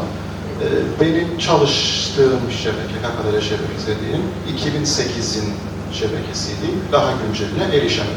Yani dediğiniz sıkıntılar yaşanmaktadır. Bunlara çözüm politikalar üretilmesi gerekir. Onlar başka bir seminerin konusudur diyelim. Ben buradan mutlaka. Başka bir soru ya da yorum var mı? Any more questions or comments? Okay. Thanks everyone for coming and listening. Thank you. Well then, thanks for the inviting Costa to part this presentation. Was about answering big questions. And now we will have the most interesting topic of today's panel, which is going to be about the intermission energy transition trends and the role of interconnections with Dr. Senat Sargolo. But allow me to introduce you to ask the recently first. So, and she holds a bachelor's degree in environmental engineering from the Istanbul Teknik University, master degree in quantum engineering systems University of Bologna, and she has a PhD degree in engineering science from the University of Oxford. She is currently working as a Kubernetes analyst at the Skora Energy Consultancy. She is a former engineering manager at the GCU that technically advising people to industry and development back. I would like to invite the person to present their Thank you very much for the lovely introduction and having me here. It's a great pleasure for me to be here standing before you, presenting Shura.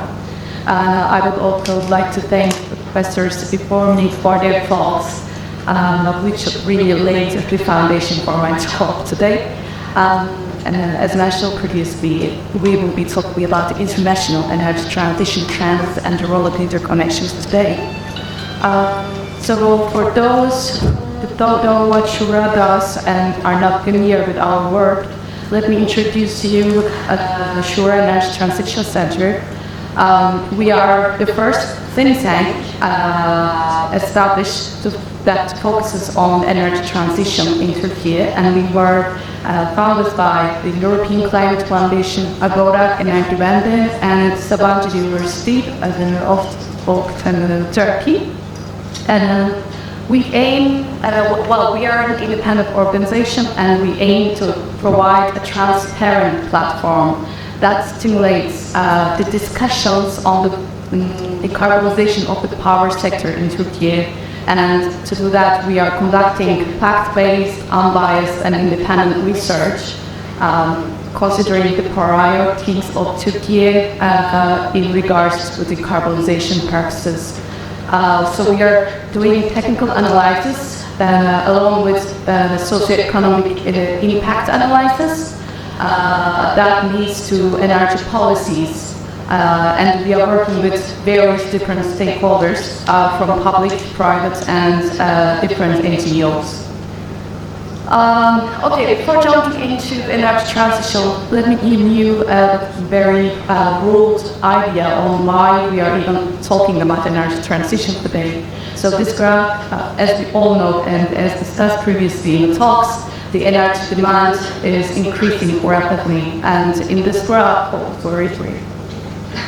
in this graph, you will see the increase in energy supply by source since 1990. So you will see that the energy supply is increasing, and in the last 30 years, the supply has increased 60%. So that's quite a lot.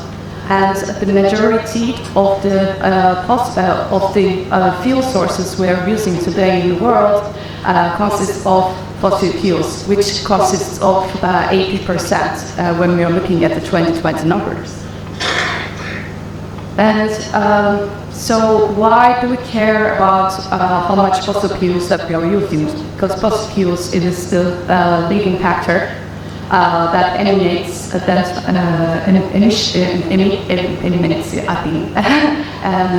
greenhouse gases, GHG emissions. And in this graph, you will see the GHG emissions, total GHG emissions worldwide in the last 22 years. And you will see the effects of the COVID-19 pandemic, which caused a slight drop here in 2020, but then it picked up and increased again. So the emissions are increasing, and when you're looking at the last 22 years, we can see that the total GHG emissions increased by 50%, basically. So the composition of the GHG emissions that we are looking today, the vast majority is carbon dioxide, almost 90%. And on the graph here, you would see the exponential growth of carbon dioxide emissions since the 1900s.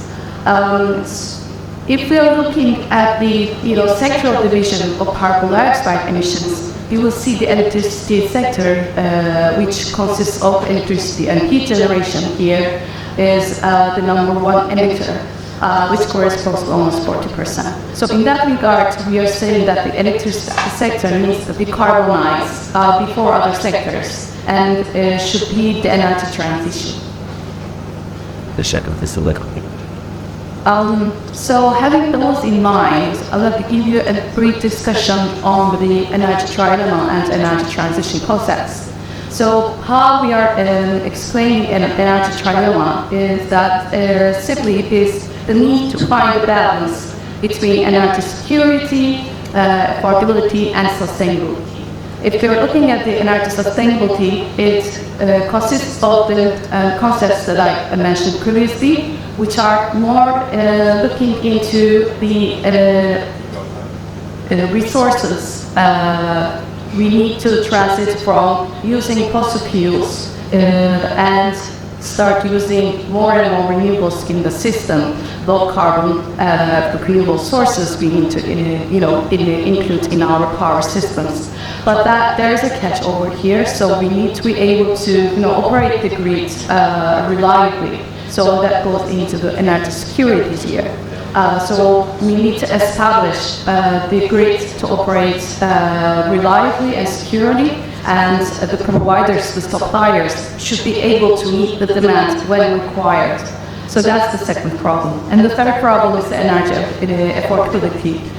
What we mean by energy affordability is that simply the population can afford and access the energy at all times. And while doing that, the growth is not blocked by poor energy access or high prices. So these three problems cannot be thought independently from each other. So there is one solution to that, and it is the energy transition. So you will see that energy transition has three main pillars: renewable energy, energy efficiency, and electrification. And if you're aiming for a net zero future, then these pillars need to be accompanied by new technologies such as energy storage systems or green hydrogen or electrolyzers in that regard. Energy transition requires a structural transition in the power system as well. So it's traditionally the electrical power systems are centralized and unidirectional structures that are organized into generation, which is supply, and also transmission and distribution, that is the delivery, and focuses placing the customers at the end of the supply chain.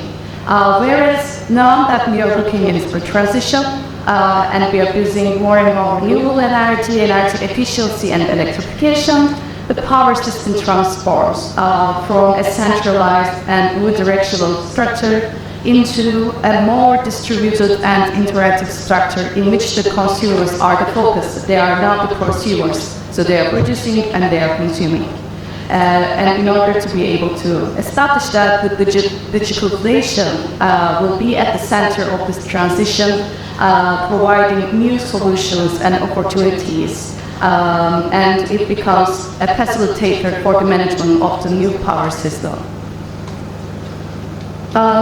So the energy transition leads to emissions reductions, but in order to do that, we need a roadmap, a long-term roadmap. So in this graph, you will see a previous study conducted by IRENA, and it shows the energy-related carbon dioxide emissions from 2010 until 2050. So we will use, they have used the historical values from 2010, and they're projected up on 2050.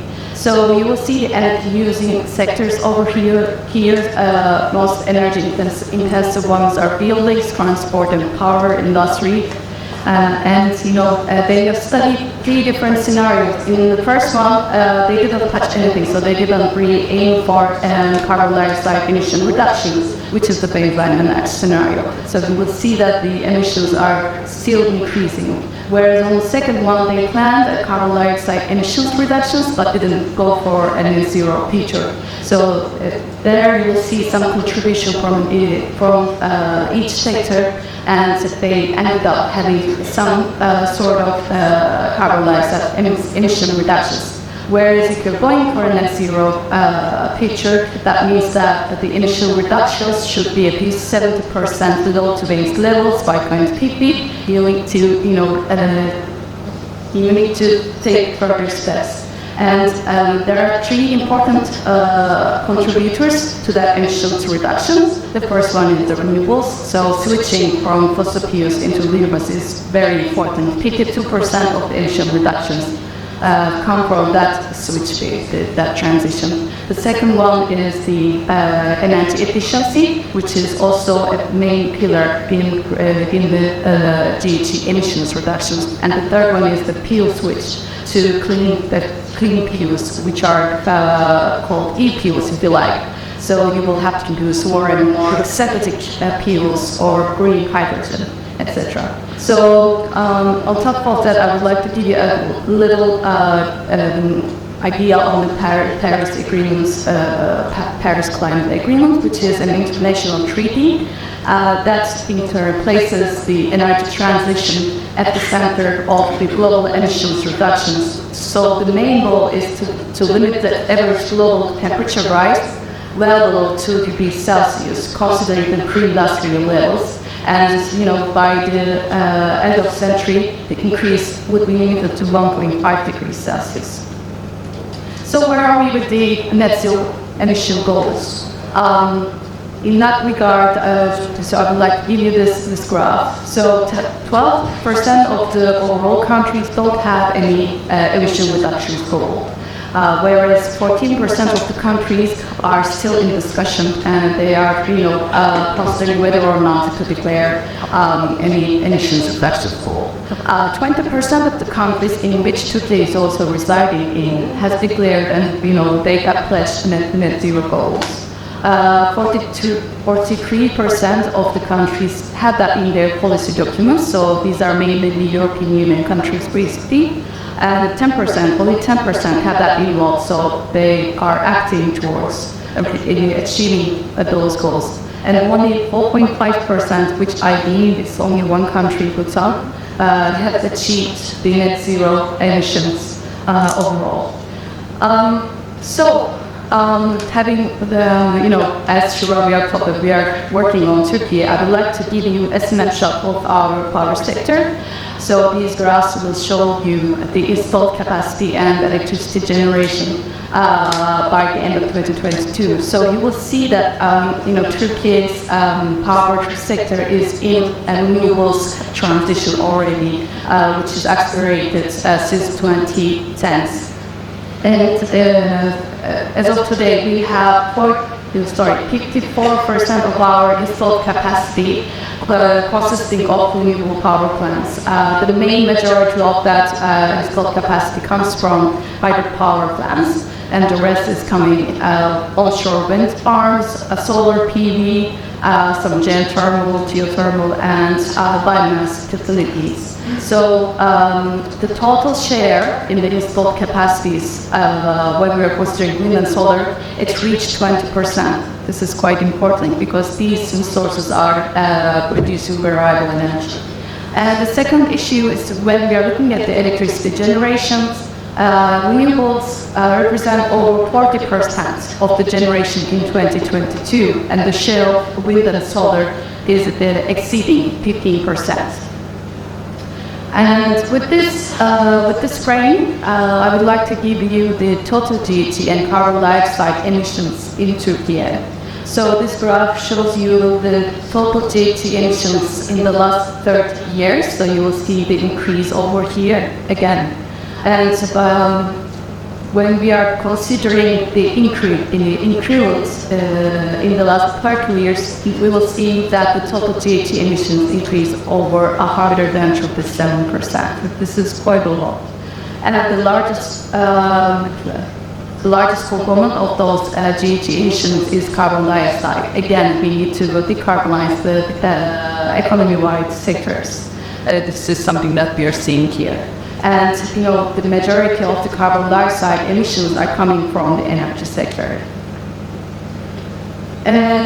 So we have declared, we have signed the Paris Agreement by the end of 2021, and afterwards we pledged to a net zero emissions goal. In 2015, Turkey has announced the intended national determined contributions, and the estimated emissions reached over 1,175 million tons of carbon dioxide equivalent in their projections. If there is no, limitations are forced. But the INDC foresaw a 21% decrease over that amount. And last year in COP27, in Egypt, Turkey has revised the NDC, and we are now talking about the 42% of emissions and carbon dioxide emissions reductions. And if you're having such a long-term goal, then you will need a roadmap again. And in that regard, Turkey has announced its national energy plan, which details the energy demands and energy supply projections and how the energy mix will evolve in the next 15 years, let's say. And you will see that in this graph, the capacity increases per annum per each year, and how much capacity that we need in vehicles. So the biggest majority comes from solar PV. So every year we need to include 3.3 gigawatts of new solar PV plants into the grid, and together with onshore and offshore players, we will need to include 1.4 gigawatts installed capacity in these power plants. We are using most of our technical capacity in hydropower, so there's not too much room to include in hydropower, but we are also considering to include a bit more geothermal and biomass capacities in the grid.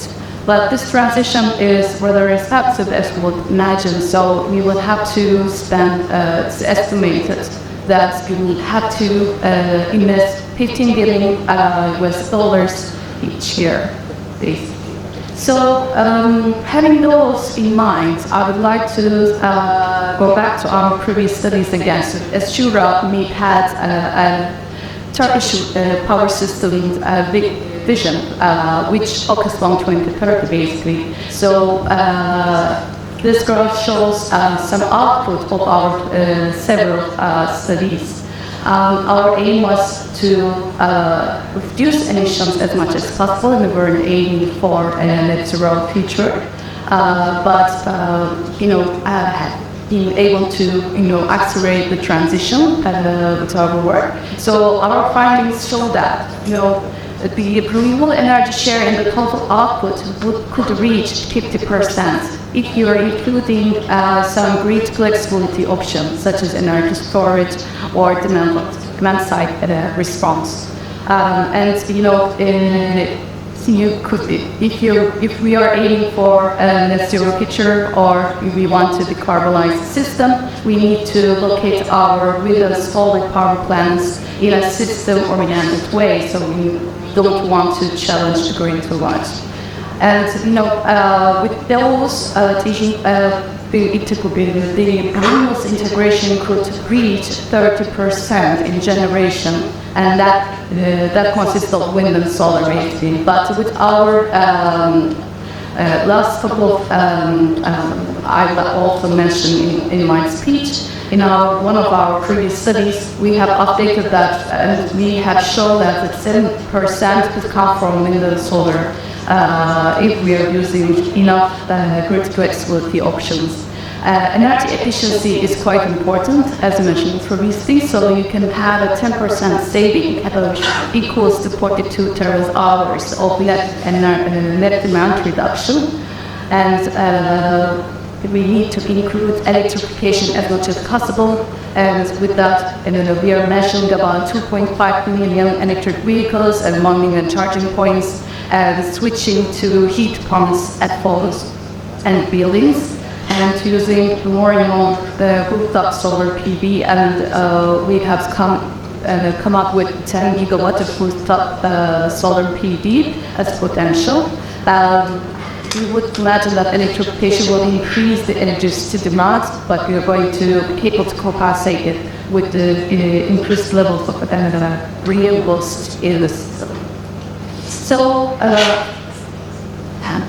after Turkey has signed Paris Agreement and we have pledged to net zero emission goals, Shura started working on a roadmap for the Turkish electricity sector. And what we found is that Turkey can reach the 2053 net zero emissions target without sacrificing any economical growth or welfare. So this is quite an important outcome. So Turkey can still grow and become a developed country while the energy transition takes place. So this goal can be achieved by maximizing the level of renewable energy integration, increasing energy efficiency, and electrification levels in the end sectors. So basically, what we've done is that we looked in several parameters to feed in to the energy model. I will just give you only a few of them. Please, I encourage you to check in our report for more details in that regard. So we have projected the population growth, the GDP growth, and the behavior, the transportation behavior, which is here. We have projected how the transportation modes changes. So with the increasing welfare, the private car ownership will increase, while bus and coaches, the use of bus and coaches will drop. And the air transport and water transport, especially in freight transportation, will increase. We also, considered and projected the industrial growth in Turkey as well. Just to give you a brief idea on the results, I want to give you the demand side outcome of our study. So we have seen a peak in 2030, which is in line with the economical growth activities, basically industrial growth activities. But then the demand starts to decrease with the increasing level of energy efficiency and electrification in the system. So this is a very important outcome. So the 2055 energy demand converts to the 2020 energy demand. So this is a huge gain. And when we are looking at the energy consumption by fuel, this is our projection models results. The majority of the fuels is electricity. So the electrification rate increases rapidly. So when we are looking at the electricity demand, we have mentioned that the electricity demand will need to increase. Mostly because that the end users are switching to electricity, but also we are producing e-fuels, which you will see here, the share of e-fuels. So we will be producing green hydrogen or T-gases or T-liquids, and also, some 25% of the electricity will be lost during the transformation. And so when we are going back to this graph, we will see that the share of the grid losses will decrease over time, and this is mainly due to two facts. The first one is that we need to modernize the grids, so the grid improvements should take place. And the second one is, as we are installing electrolyzers to produce e-fuels, these electrolyzers are connected to high voltage lines at the transmission line, so it affects the amount of grid losses in the end. And also, considering the switch from fossil fuel power plants to renewables, the internal consumptions would decrease. So we are talking about energy efficiency, and it's being one of the key drivers for the decarbonization of the entire economy. So one of our findings is that we have analyzed and we have kept the efficiency levels of 2020 and progressed it during the projection price. You will see that there's an increasing level of energy that we will need, but with the levels of electrification and the switch to electric vehicles or heat pumps, there will be in different few sectors, we will be saving quite a lot of energy, which is almost like the amount that was consumed in 2020. So it is possible to reduce the primary energy consumption by 53%. Last outcomes will be more into looking to the energy mix development. So on this graph you will see installed capacities of each different technology, and the main as the increases are coming from solar here, and onshore wind and offshore winds over here. So like in 2055, the grid will have 220 gigawatts of solar power plants, and 140 gigawatts of wind power plants, including both onshore and offshore. And so this one shows the electricity generation by technology, and you will see that 38% of electricity comes from solar power plants, whereas 39% comes from wind, together with offshore wind. So wind and solar together represents almost 77% of the entire electricity generation. And if you're including hydropower plants, biomass, and geothermal, the electricity generation from renewables reached to 90%. So this is quite an impressive outcome.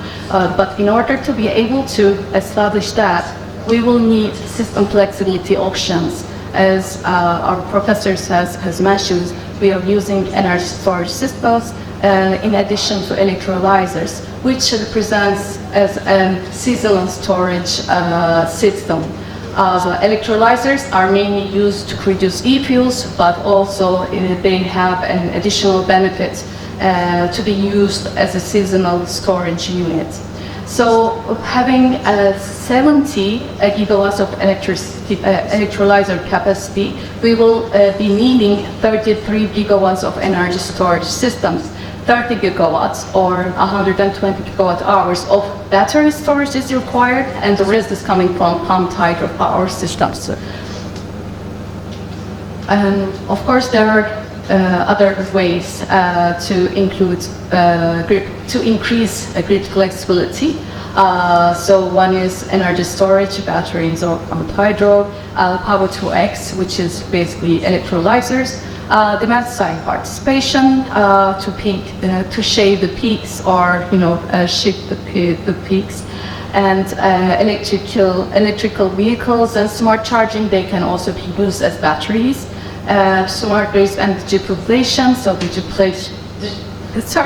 digitalization is a facilitator to be able to use electrical vehicles or demand-side participations, etc. And the other one is transmission lines and interconnections. So before jumping into transmission lines and interconnections, I would like to give you another set of results from our previous study that also used interconnections as a flexibility option in this study. So in this study, we focused on integrating as much as possible the renewables energy systems into the electricity system. So one of our main findings is that the current grid network development plans provide a solid foundation for energy transition in Turkey. So as mentioned previously, the network development and modernizing the grid is essential for this energy transition. I'm not going to go into details of the study, but I just wanted to give you a slight overview. So we have studied the three main scenarios with 10 sensitivity analysis.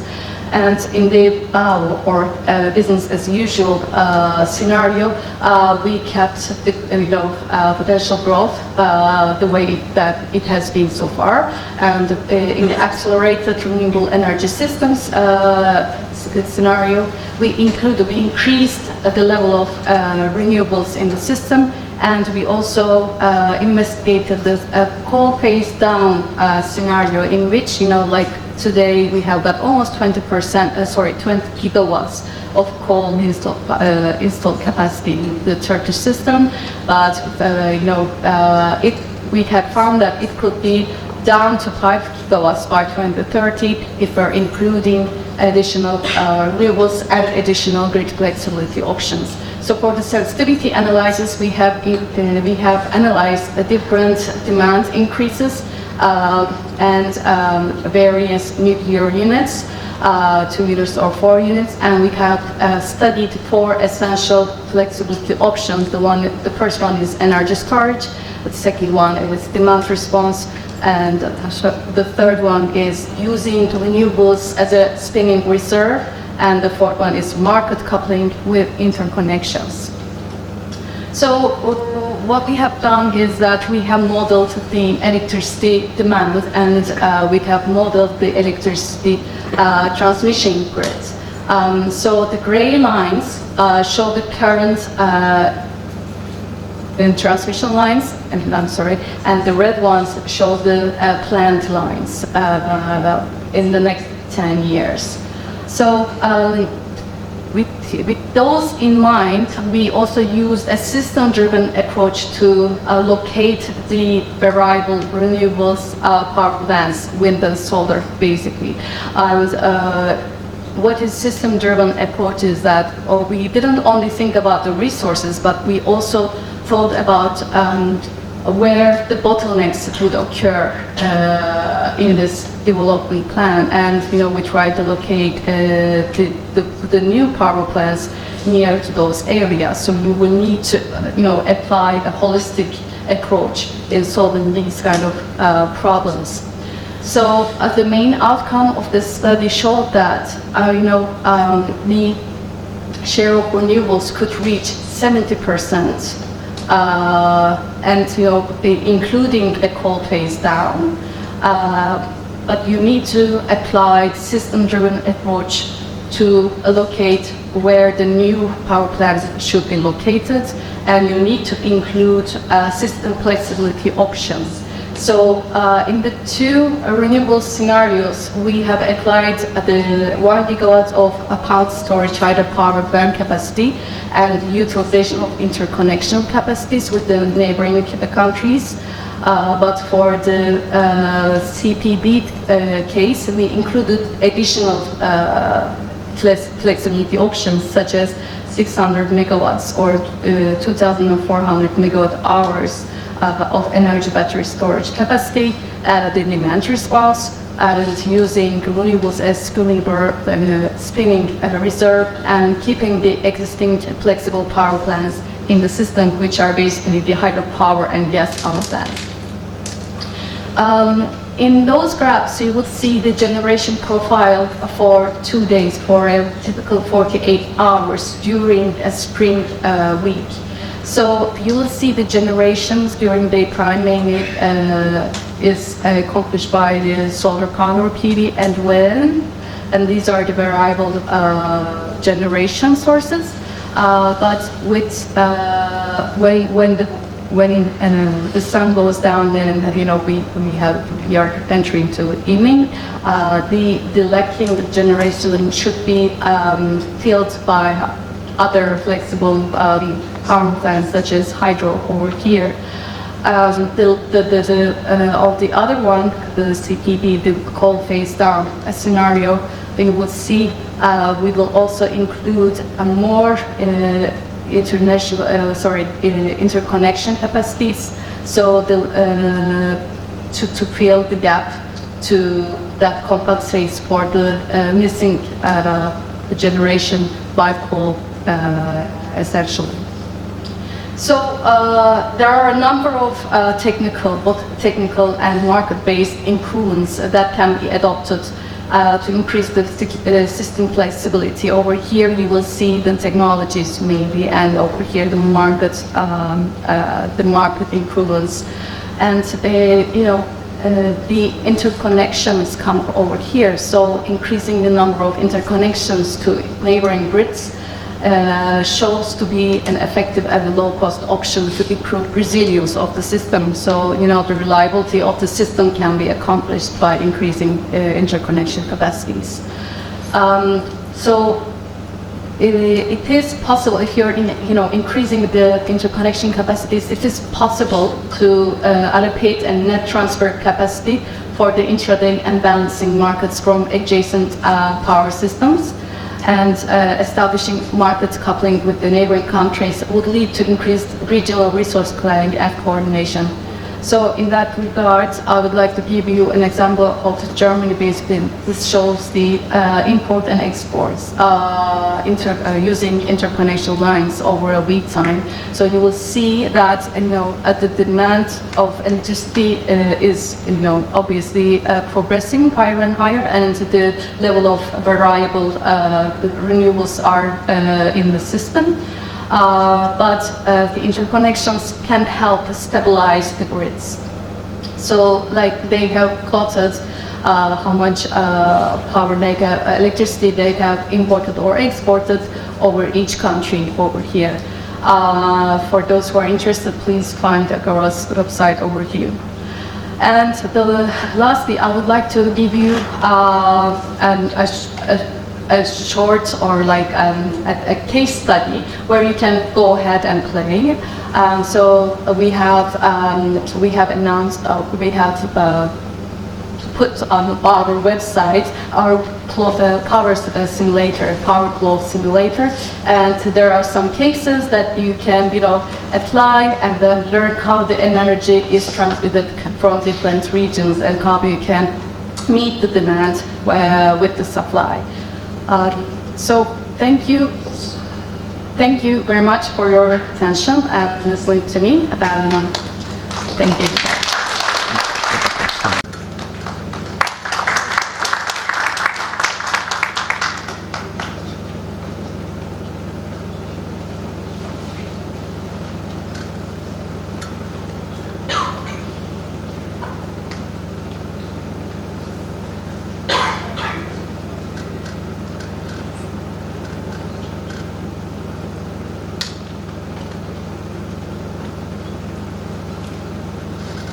Dr. Özcel Cangur.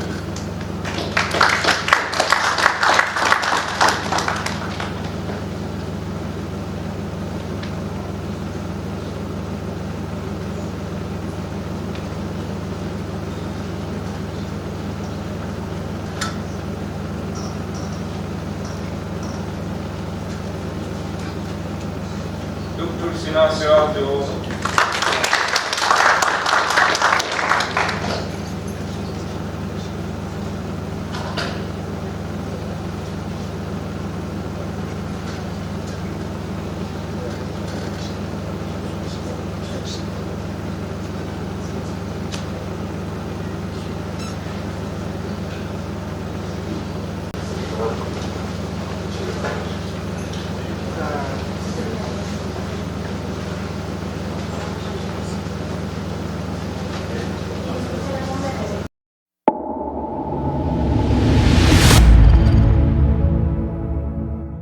Project.